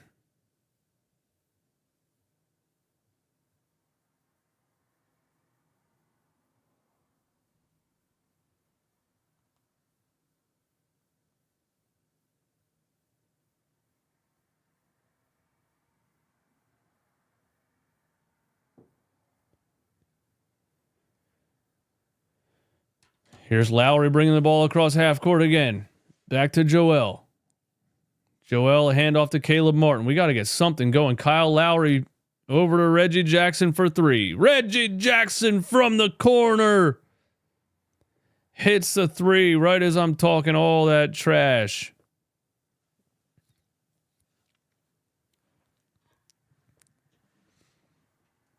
(74-74). Markkanen in the lane, blocked by Joel Embiid. Jazz come up with the offensive board, get a three, and another offensive board for Walker Kessler, but Kyle Lowry stole it from him. We got numbers again, 5-on-4, run. Reggie Jackson, another three. Oh! Reggie Jackson back-to-back threes. And it holds true every single time DJ Eastwood trashes a player. He immediately does good things. Immediately. I mean, it's instant. Hey, if shooter here, maybe he has some value.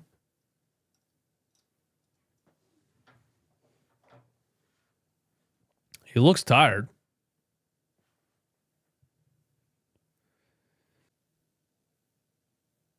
Jalen Brunson had 55 points tonight. 55 points and 9 assists. 17 free throws for Jalen Brunson. Do we want to know how he got those?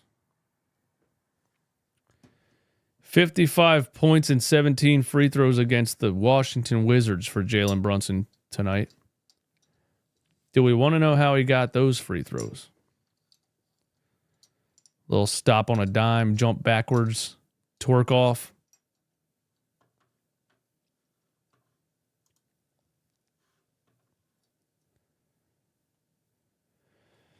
$5:45 in here, man. Thank you guys for being here. If you're brand new, we watch every single Philadelphia 76ers game right here on YouTube.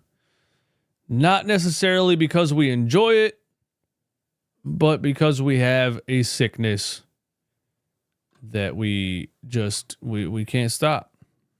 We can't stop. I enjoyed the Celtics game. This game against the Utah Jazz, not so much. Not so much.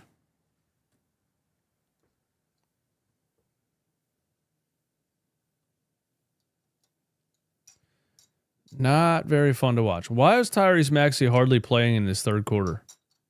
Somebody want to tell me that? I feel like Maxey has not been...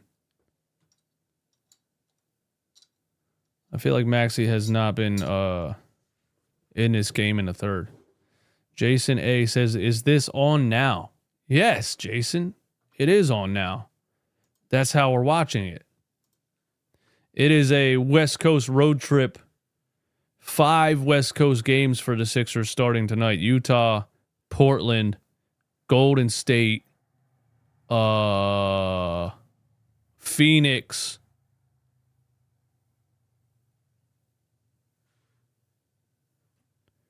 and someone else. Paul George having a very Paul George game. 11 points on 4 for 11. That's not terrible. He has 5 steals. Paul George does have 5 steals. Joel Embiid has 23 on 6 for 14. Maxey's only 5 for 12. Reggie Jackson a drive and kick out to Yabusele for 3. He missed it.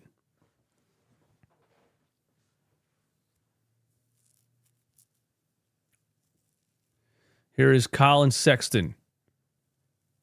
Over to Isaiah Collier. Drew Eubanks. What a team this is. Colin Sexton stripped by Lowry off his leg. Multiple good defensive plays by Kyle Lowry here in this third quarter, by the way. Kelly Oubre drive, and he draws a foul under the rim. Somehow missed that shot right in front of the rim. Kyle Lowry, a couple of steals. And now a strip off of a player's leg to force a turnover. Maybe got a lot of wrist right there. We're not going to talk about it. Lowry's still quick. Still got the quick hands. Nothing else about him is quick anymore. Still got the quick hands.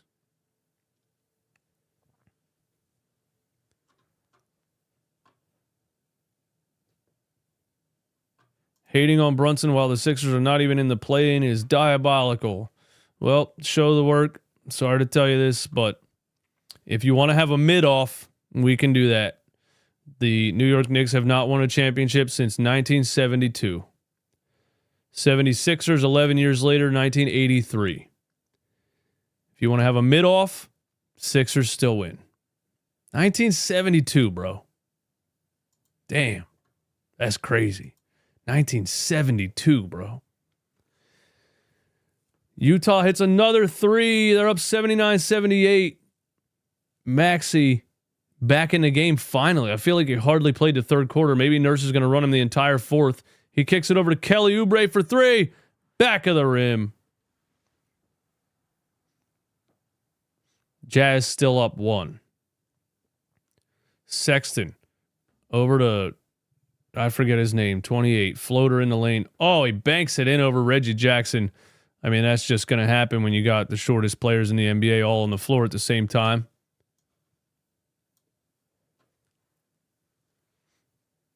Was that Lowry or was that Maxey? I was looking at the roster. Maxey hit a three on the right wing. Ties the game at 81. Bryce Sensabaugh. That's the guy I was looking for. I can never remember his name, man. Bryce Sensabaugh. Here's another miss for Utah. Kelly Oubre has the board. Tyrese Maxey crosses half court.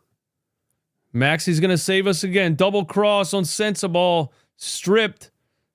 Looked like it kind of went off his foot, but they say it stays here. Can Tyrese Maxey deliver the 76ers another win? It looks like it's going to be the Maxey show headed towards the fourth quarter. And there's Maxey, a catch and shoot three, rimmed out. Kyle Lowry kept it alive, but Sexton has it. The Jazz have numbers on the other end. And here's a Drew Eubanks three. Yikes. That's off. Yabusele the rebound. I don't know if he's a good three-point shooter or not, but I'll take a Drew Eubanks three all day, I feel like. Or was that Potter? Johnny Potter. I'll take a Johnny Potter three all day too. Maxey drives right. Speaking of Harry Potter's cousin, puts up a layup. He missed it. Yabusele the board. He missed it. Oh my God. This game stinks. Man. I just feel like it's one of the worst basketball games I've ever watched.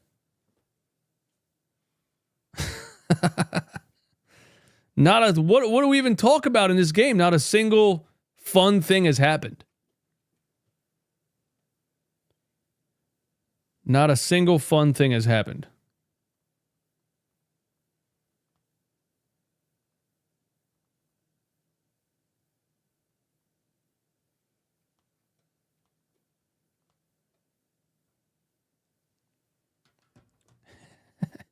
Harry Potter for three. KGB, Kenny Pickett tomorrow. Are you taking him? You taking him for 4 touchdown passes? Four touchdown passes for Kenny Pickett. Coming in hot. Coming in hot. Put a stack on it. Put a stack on it. 4 touchdowns for Kenny Pickett.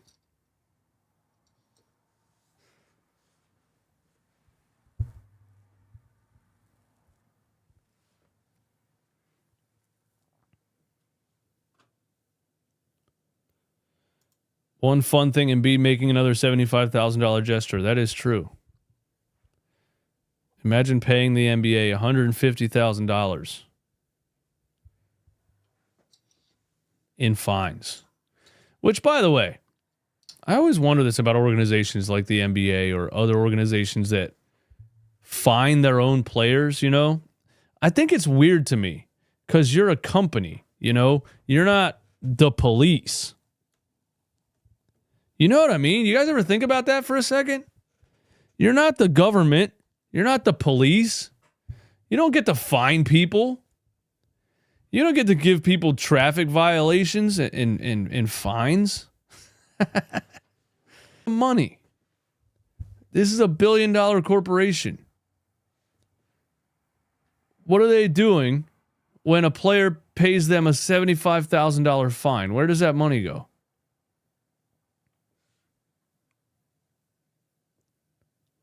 Like, where do you think that where do you think that money really goes to?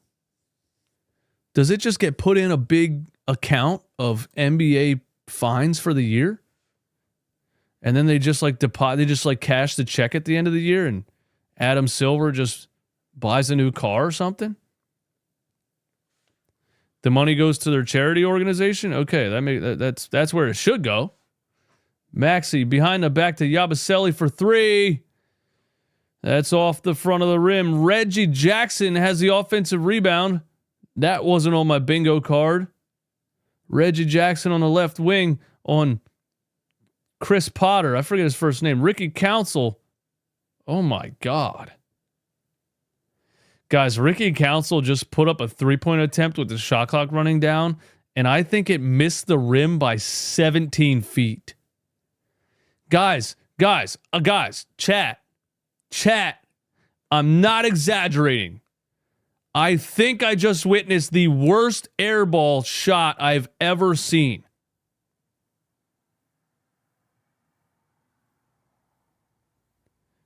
It almost didn't hit the paint. He shot it almost came back down outside the 3-point line somehow. How is that possible?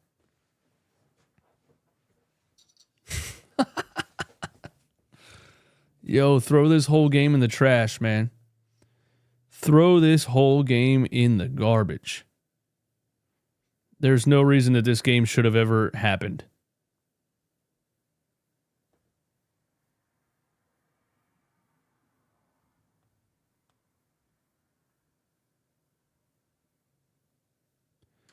Here's Sexton over to Potter. All the way over to Sensabaugh. I cannot remember that guy's name. And he dishes it to Drew Eubanks, cutting down the lane, puts Utah back up by 4. Are the Sixers really going to lose this game? Are they really going to do this to me tonight? Come on, man. Yabusele, handoff to Tyrese Maxey. Maxey, top of the key. Maxey drives right. Kick out to Kelly Oubre. Why are we running a 5-out? Why are we running a 5-out? Like we got a whole bunch of snipers on the floor. Yabusele, an offensive board and a putback. Gershon Yabusele keeping us alive here in the fourth quarter. 85-83. Sensabaugh. There, I remembered his name. That's the first time I remembered his name. This whole string. It's just not a. It's not a name that you remember. Sensabaugh. It sounds like a high school science teacher. Oh, I got to go to Mr. Sensabaugh's class. You know what I mean? It's not an athlete name. 85-83. Sexton hesitate at the top of the key, gets to the free throw line. Free throw line jumper for Colin Sexton. And he hits another one. 87-83. Ricky Council drive up and under. Oh my goodness. Ricky Council, a violent take to the rim on the baseline. Yo, Ricky Council is just such a wild card. I mean, by like the exact definition of a wild card player. You don't know if he's going to throw the ball over the backboard or if he's going to poster somebody from the free throw line. There's no in between at all. There's absolutely no in between. And when he attacks the rim, it is violent. I mean, he's going to hurt somebody.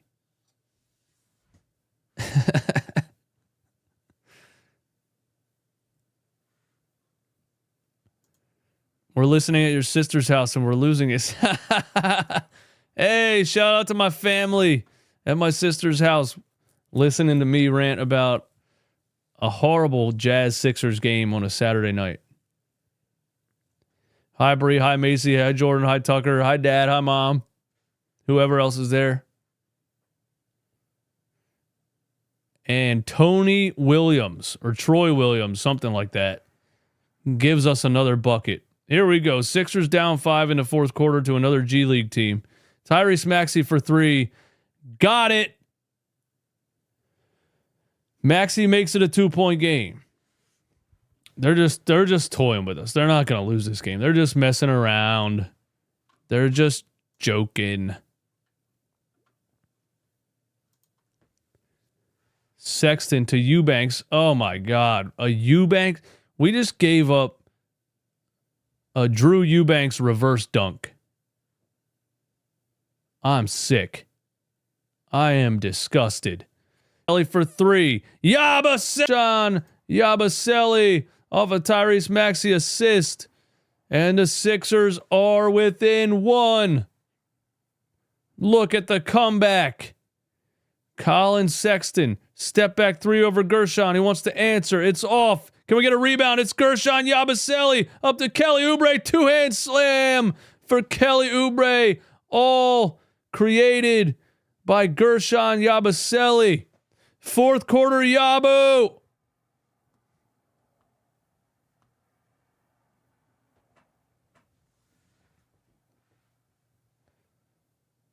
And Wawa is in the chat correcting me and says 4 flat, not a 5 out. Wow.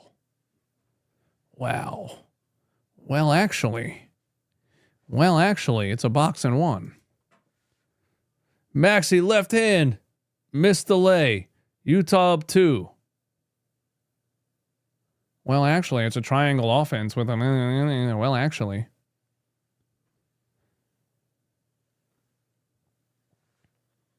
We got another foul here. You know who it is, bro? You guys ever see the Polar Express? You know the kid on the train? That's what you guys remind me of when you actually me in the chat, man. The kid on the train in the Polar Express. Do you know what model train this is? Well, do you?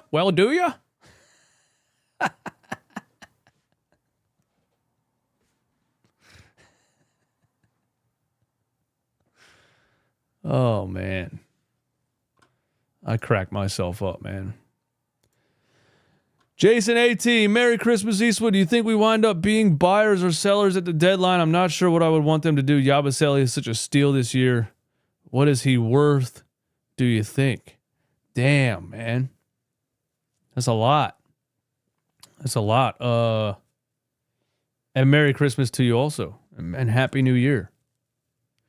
They're going to be buyers at the trade deadline for one reason, and even if it might be the only reason, but it's the fact that Daryl Morey is not going to. Daryl Morey is going to protect his reputation by trying to make this team stronger at the deadline. Tyrese Maxey wide open 3, missed everything.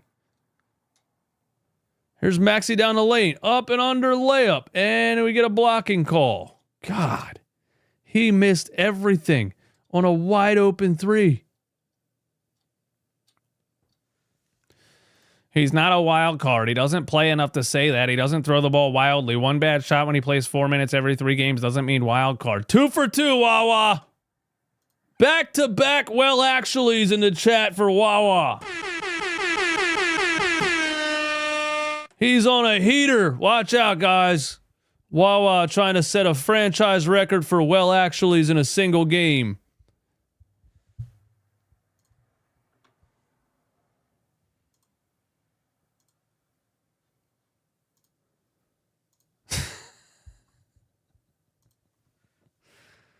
Oh my God.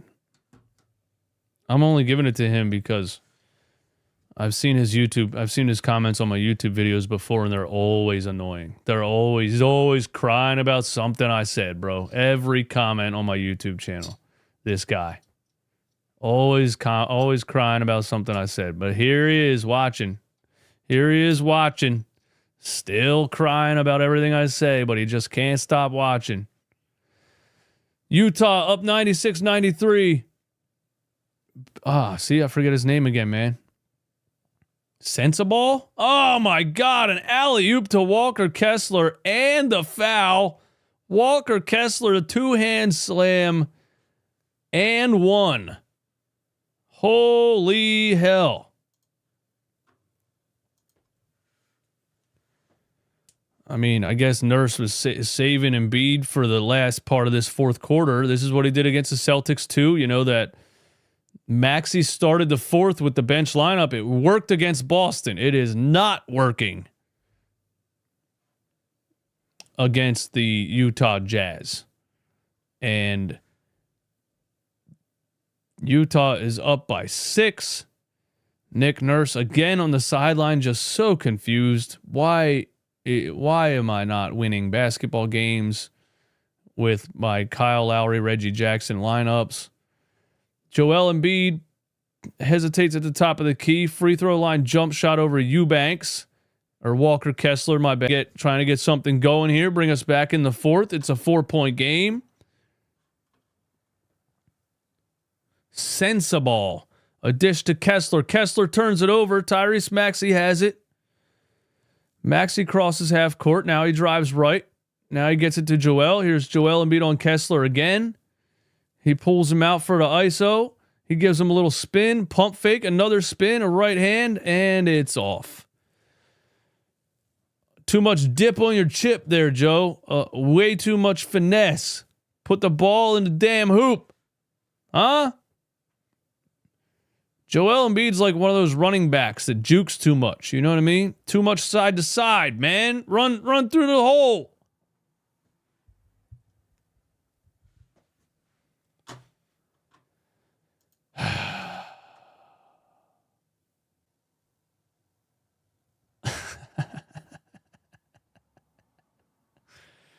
Hey, man, I'm just here for the vibes.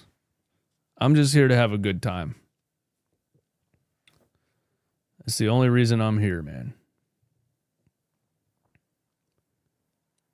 Refs love calling fouls for these nobodies.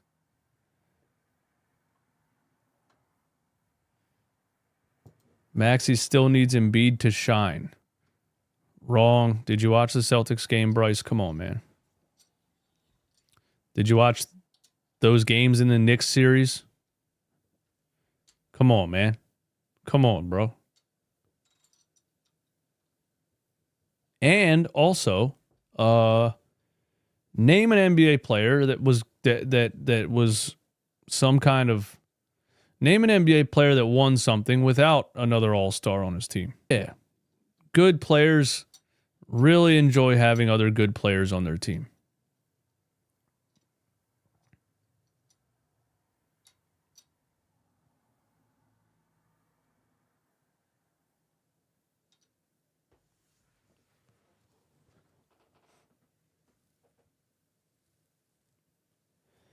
Dirk, 2011 Mavericks. Yeah. It's a good one. That's a good one. Jason Kidd, past his prime. Jason Terry was way underrated. Sean Marion was on that team. Who else was on that team, man? Jason Terry was a beast on that. Monte Ellis? Monte Ellis was an all-star?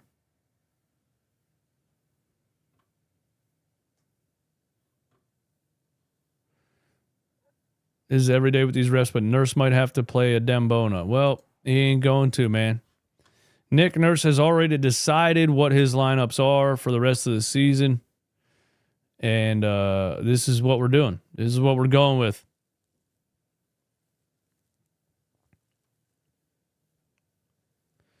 This is what we're going with.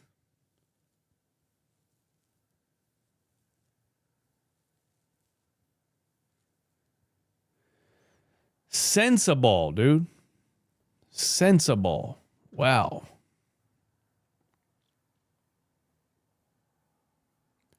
PA assassin. Kessler had 4 fouls in the first half and still has only 4 fouls. Joel should be abusing him.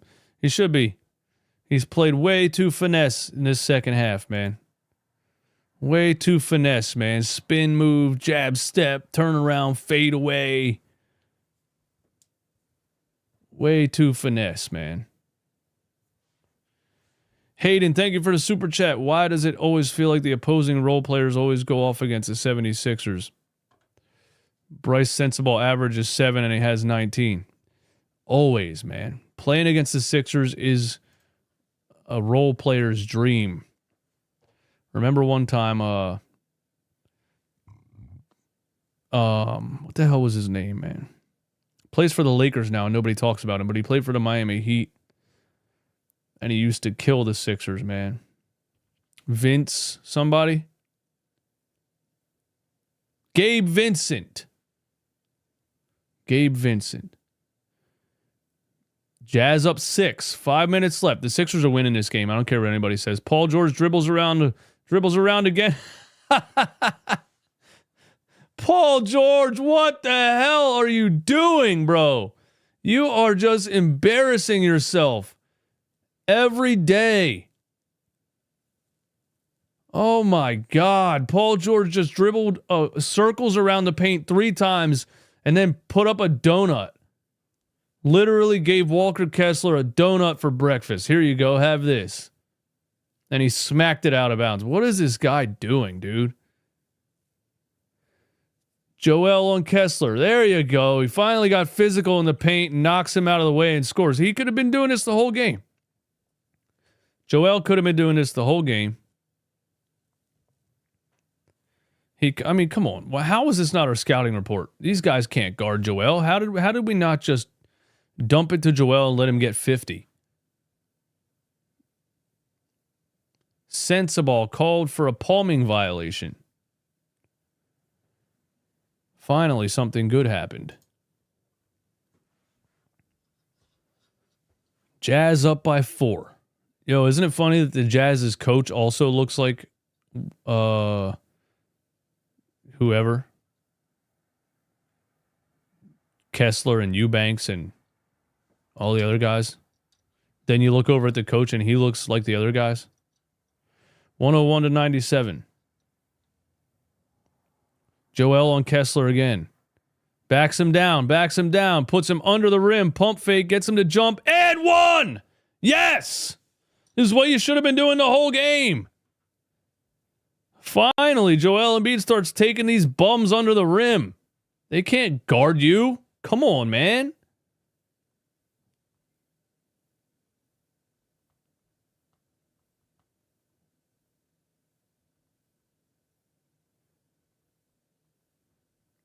The old Joel Embiid, he would have been doing this the first 5 minutes of the game, and they would have had to start triple teaming. Now he just dances around and shoots threes for 3.5 quarters. Embiid hits the free throw. It's a 1-point game. I guess he's still ramping up, guys. We can't forget that. We cannot forget that he is still ramping up. And so, he doesn't want to exert himself early in the game. He saves it for the second half. We got to understand he's like, oh my goodness. Colin Sexton just tipped in an offensive rebound amongst the trees. Shout out to Mark Zumoff. Colin Sexton amongst the trees tips in an offensive board. How's that even possible? Joel Embiid, a jumper over Kessler, missed it. Oubre, the offensive board, and he got fouled. So Kelly Oubre going to the free throw line. A foul on Jordan Clarkson.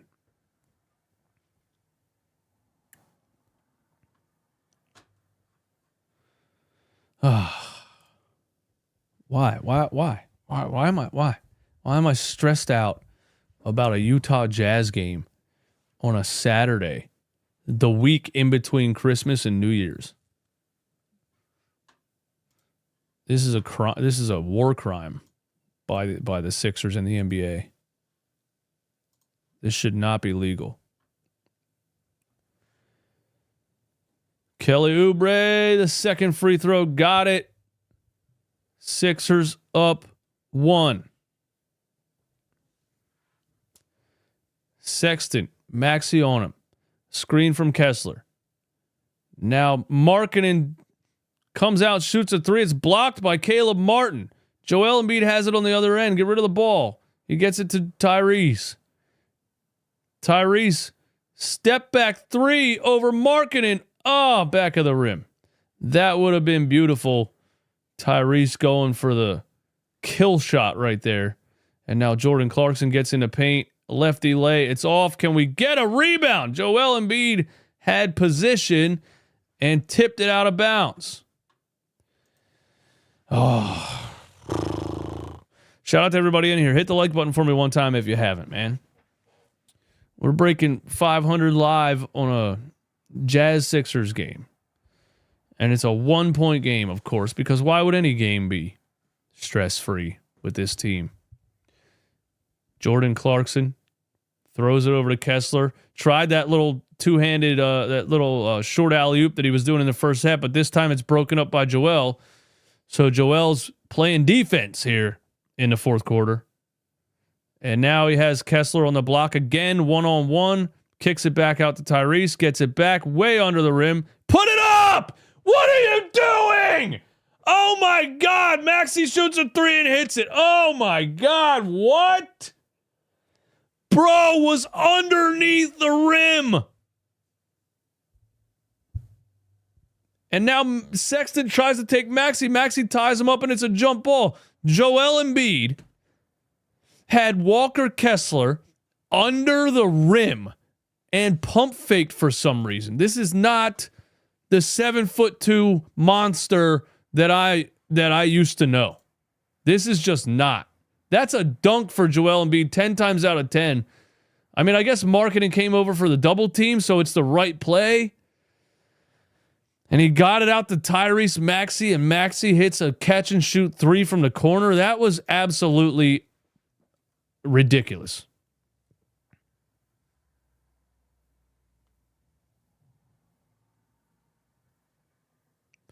That play made no sense.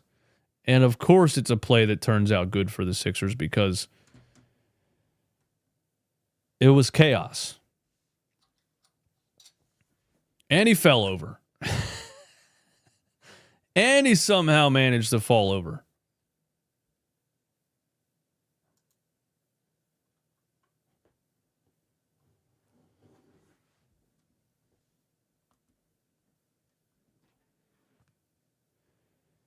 Wow. We'll call that the play of the game. We're calling that the play of the game. He always falls. Well, that's true. He does always fall. Embiid cannot jump anymore. That is also true. Also, Paul George can't jump anymore. That is also true.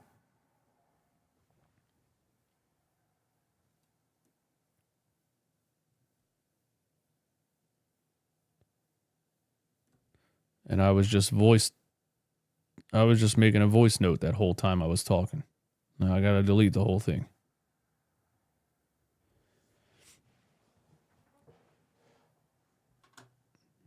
Tim Duncan never jumped. Also true.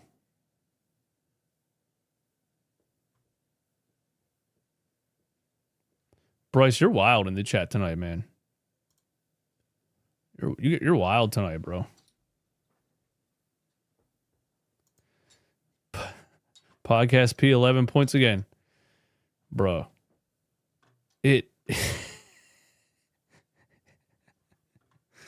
Bro. You know, I'm waiting. Like, I'm sitting here waiting. I'm waiting for Paul George to come out of this. And, you know, so, you know me, I react to whatever. I react to things instantly. So there's always people on the internet that tell me I don't know ball and I don't watch games. And you obviously, this dude just said today, you obviously don't watch Paul George. And I'm like, the funny part about this comment is that it seems like you're the one that hasn't watched him this season. I don't know. There's always just, no matter what I say, there's people that argue, and it's weird because I feel like I'm just reacting to what I'm seeing. But anyway, I've been waiting for him to come out of this so that those people can be right, so that they can come at me and say, keep that same energy, blah, blah, blah, blah. But it just he keeps doing the same thing.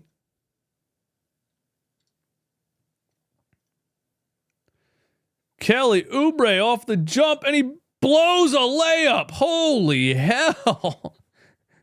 Kelly Oubre just missed everything on a layup attempt, man. What? Bro, dunk the ball, man. You're 6'7" and you can do a damn windmill dunk, and you're out here putting up little right-handed layups and airball layups, dude. I wish I never watched this game, dude.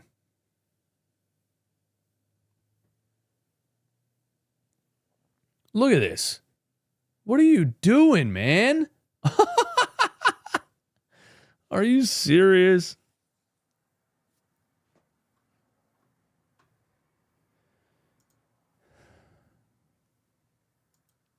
Frank, I don't know, man.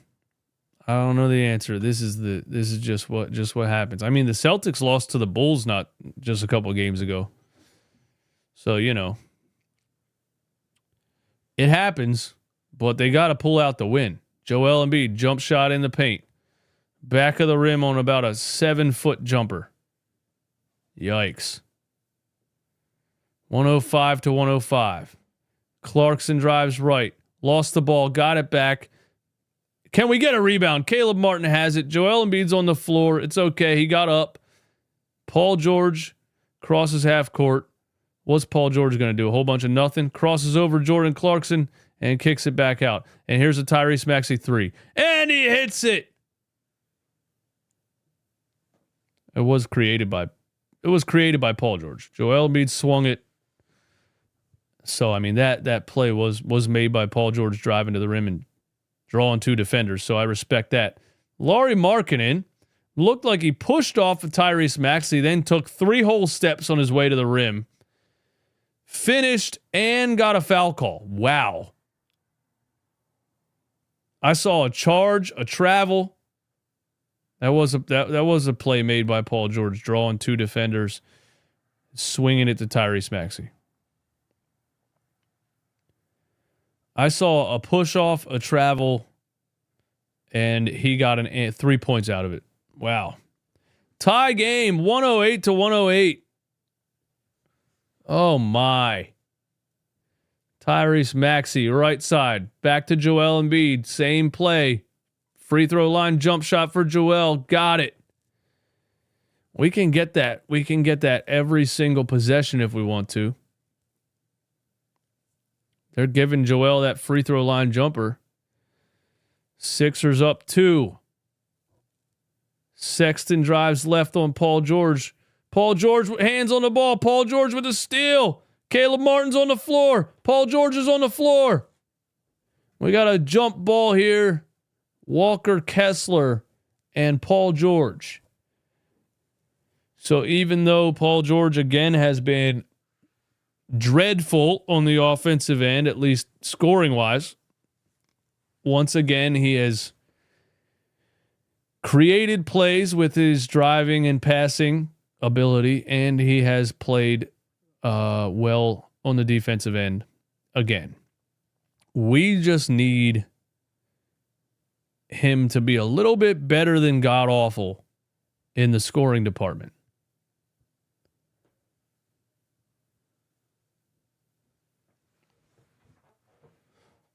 110 to 108.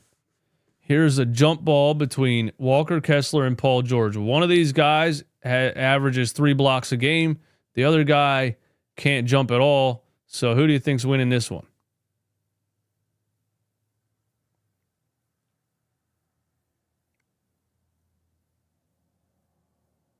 Paul George wins it's blocked by Embiid.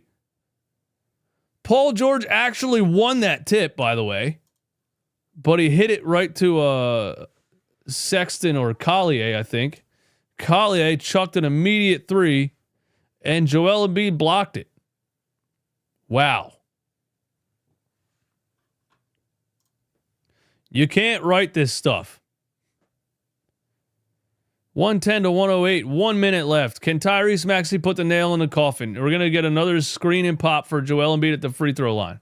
No, Joel has a switch. Joel Embiid on Colin Sexton. Kicks it back out. Tyrese for three. Why is he not taking Sexton into the paint, man? Why did Joel Embiid just have Colin Sexton on him and kicked it out, man? And now Kessler at the rim. He missed two bunnies. Paul George hit it out of bounds. He's telling Nick Nurse to challenge it. Paul George is telling Nick Nurse to challenge this. Does Nick Nurse trust him? Trust me, bro.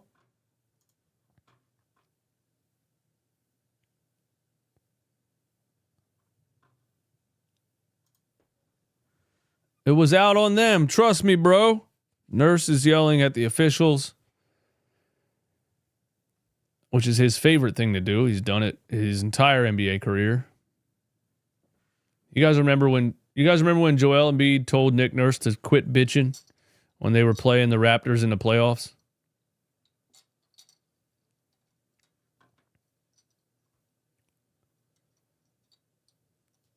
This team would have been so much better if we got something other than Paul George.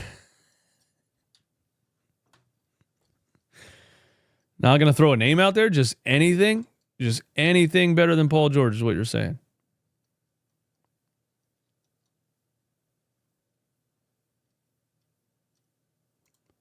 Only being up two when the other team has 20 turnovers is crazy. How many turnovers do we have? Remember when we had 20 turnovers against the Charlotte Hornets and gave up 60 points in the paint? Don't forget that, this is the 2024 76ers we're talking about.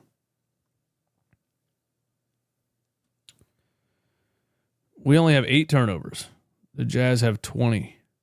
We have been out-rebounded 47-32.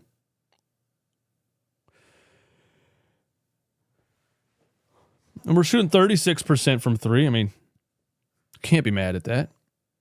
Somebody in the chat said we shoot way too many threes. I don't agree with that. You got to shoot threes to keep up in the NBA these days, man. The Jazz shot 34 threes. We shot 36 threes. You got to get up about 40 threes a game if you even want to be competitive in this league right now. It just is what it is, man. Sadly, 33% from three is better than 50% from two.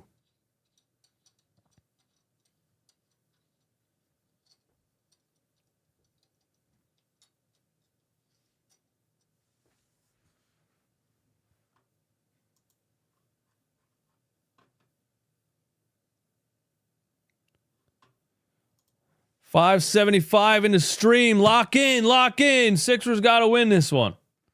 Here we go. 41 seconds left. Tyrese Maxey has the ball. We got to put the dagger here. We need you to put the nail in the coffin here, Tyrese. Clear out. Nope. Kelly Oubre sets a screen. Jordan Clarkson on Tyrese. Now he gets a screen from Joel.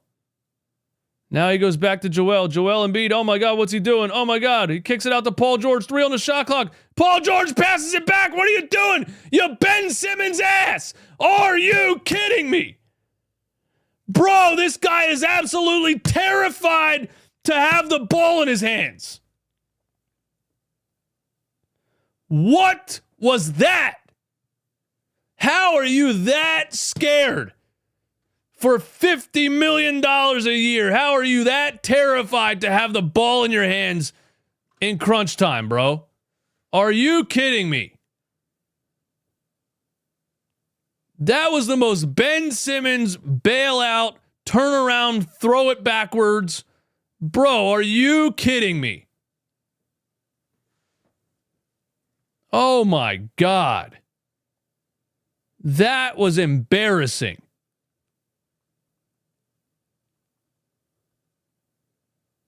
Oh my God, dude. There's 4 on the shot clock. You're Paul freaking George. You're 6'9". Just take a dribble and shoot the ball. What are you doing?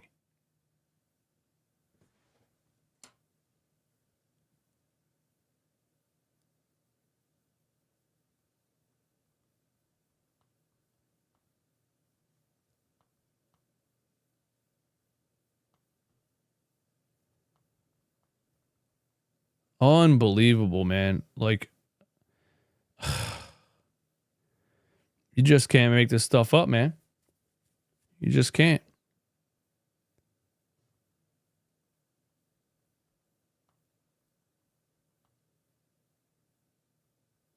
What a horrendous play.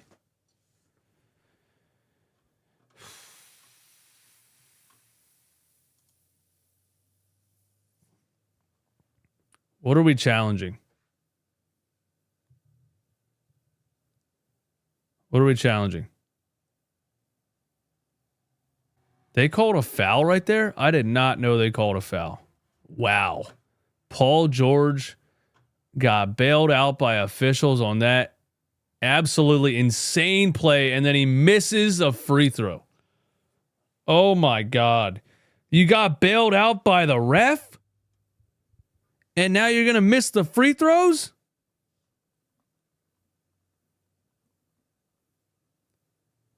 Bro. Please make the second one, dude. Please. You can't be this cooked. He makes the second free throw. Puts us up 3. Oh my God, he's bad. I'm sorry. Markkanen chucks a 3. Terrible shot. Get a rebound. Paul George hit it out of bounds. It's a terrible shot for the Jazz right there. Lauri Markkanen just chucks it early. I mean, I guess he's trying to tie it early. Give yourself a chance for an offensive rebound, which is what happened. And Nick Nurse is challenging this one.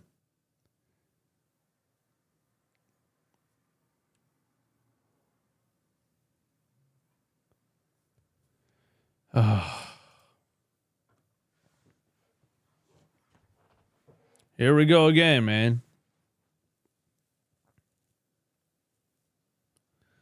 He played good defense, so I ain't gonna judge. Here we go again, man. This is what we did with Ben Simmons for 5 years, bro.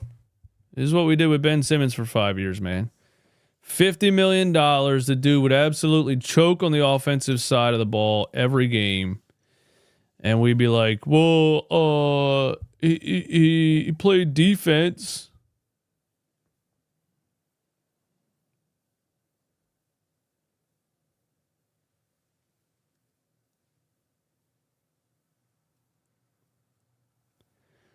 Shane, he's on a 4-year contract, man. You can't get him off the team. He's on a 4-year contract, buddy.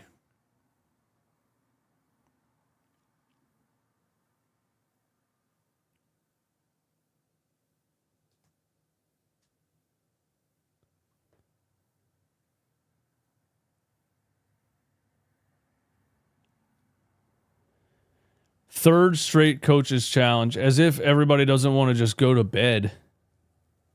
Of course, we have 3 challenges in the final minute.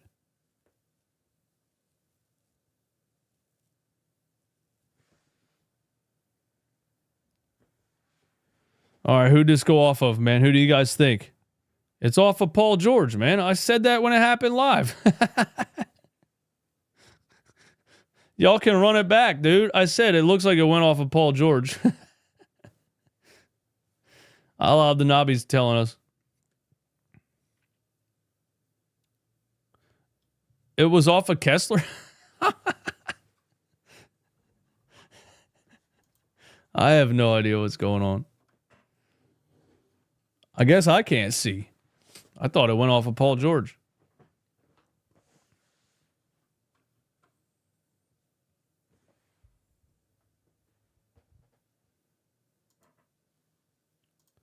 PG redemption game, 12 points.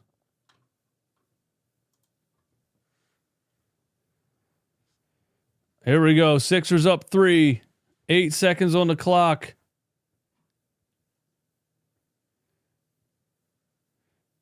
Well, I guess that counts as a timeout, right? So we're inbounding at half court. Kyle Lowry in the finishing lineup. Wow.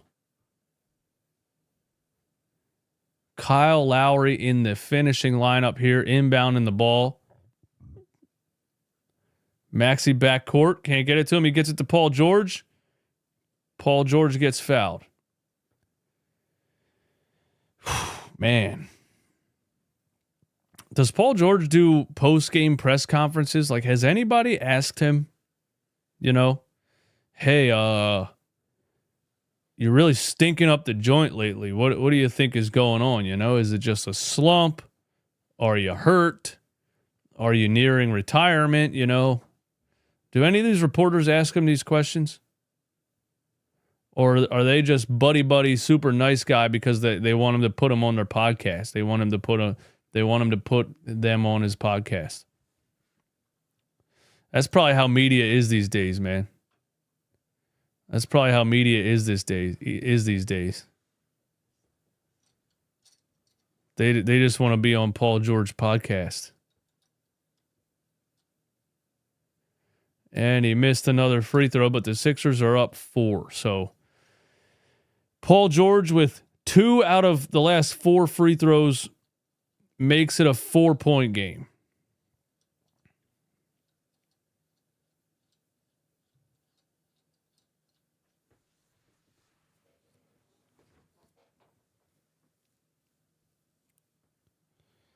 Yeah, Paul George did give us bricks for Christmas, man. A whole bag of a whole sleigh full of bricks, man. So many bricks. If Paul George was Santa Claus, he couldn't even fly the sleigh. He got so many bricks in there. That shit wouldn't even come off the ground. The reindeer would be smoking their tires, man. Trying to pull that thing up. All them bricks.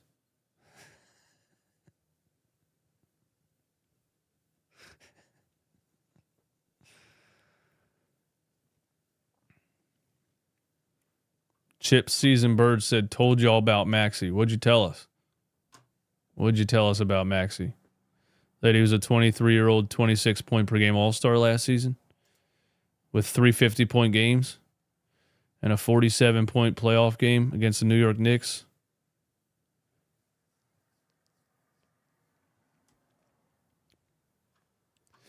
$30. Wait, Maxey has 30. I didn't even realize he has 30 in this game.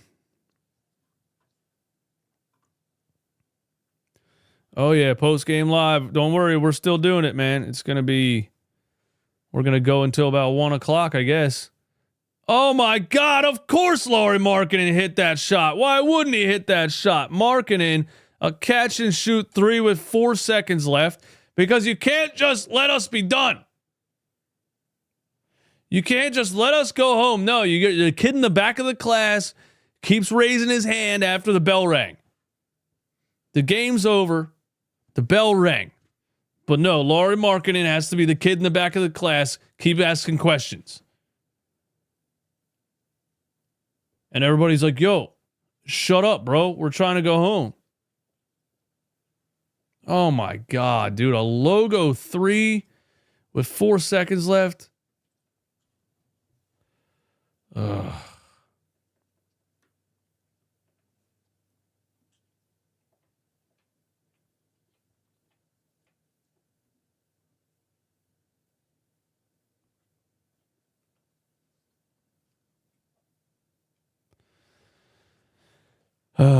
This one just will not end, will it?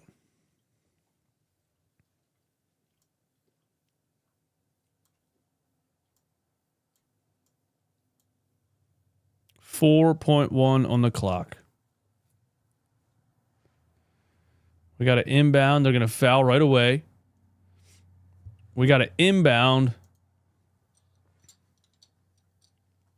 without turning it over. Kyle Lowry to inbound. Maxey in the backcourt. He gets it all the way back to Maxey. He's going to try to dribble the clock out, and they foul him with 2.4 seconds on the clock.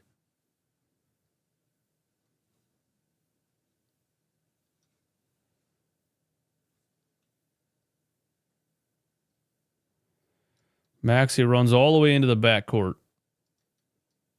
And they chased him and fouled him with 2.4 seconds left. Now Tyrese to the line to make it a 3-point game. And then you got to stop Lauri Markkanen from catching and shooting again. This is giving me those this is giving me that vibe when we had this when LaMelo Ball hit that 3 to tie it against us in that Hornets game, and I think that was a 113-113 game at the time. It was 113-110, and LaMelo Ball hit that corner catch and shoot 3, and here we are again. Maxey gets the second free throw.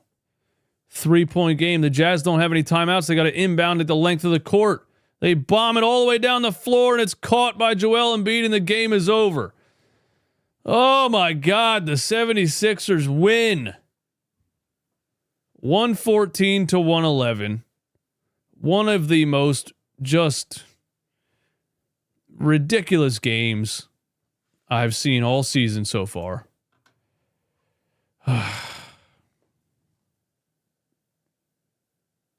I'm just happy they won. I'm just happy they won, man. You went into Utah to start a 5-game road trip.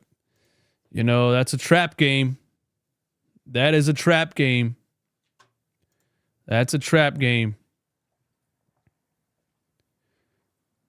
They got the dub somehow.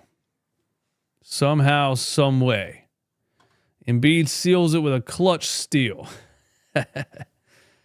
Somehow, some way, they got the dub, man. All right. Post-game live podcast coming right up at about 12:30. Be there. Watch out for the stream. I'm going to set it up right now. Post-game podcast coming up at about 12:30. And we're going to talk about it, man. We're going to talk about it. Be there. See you soon.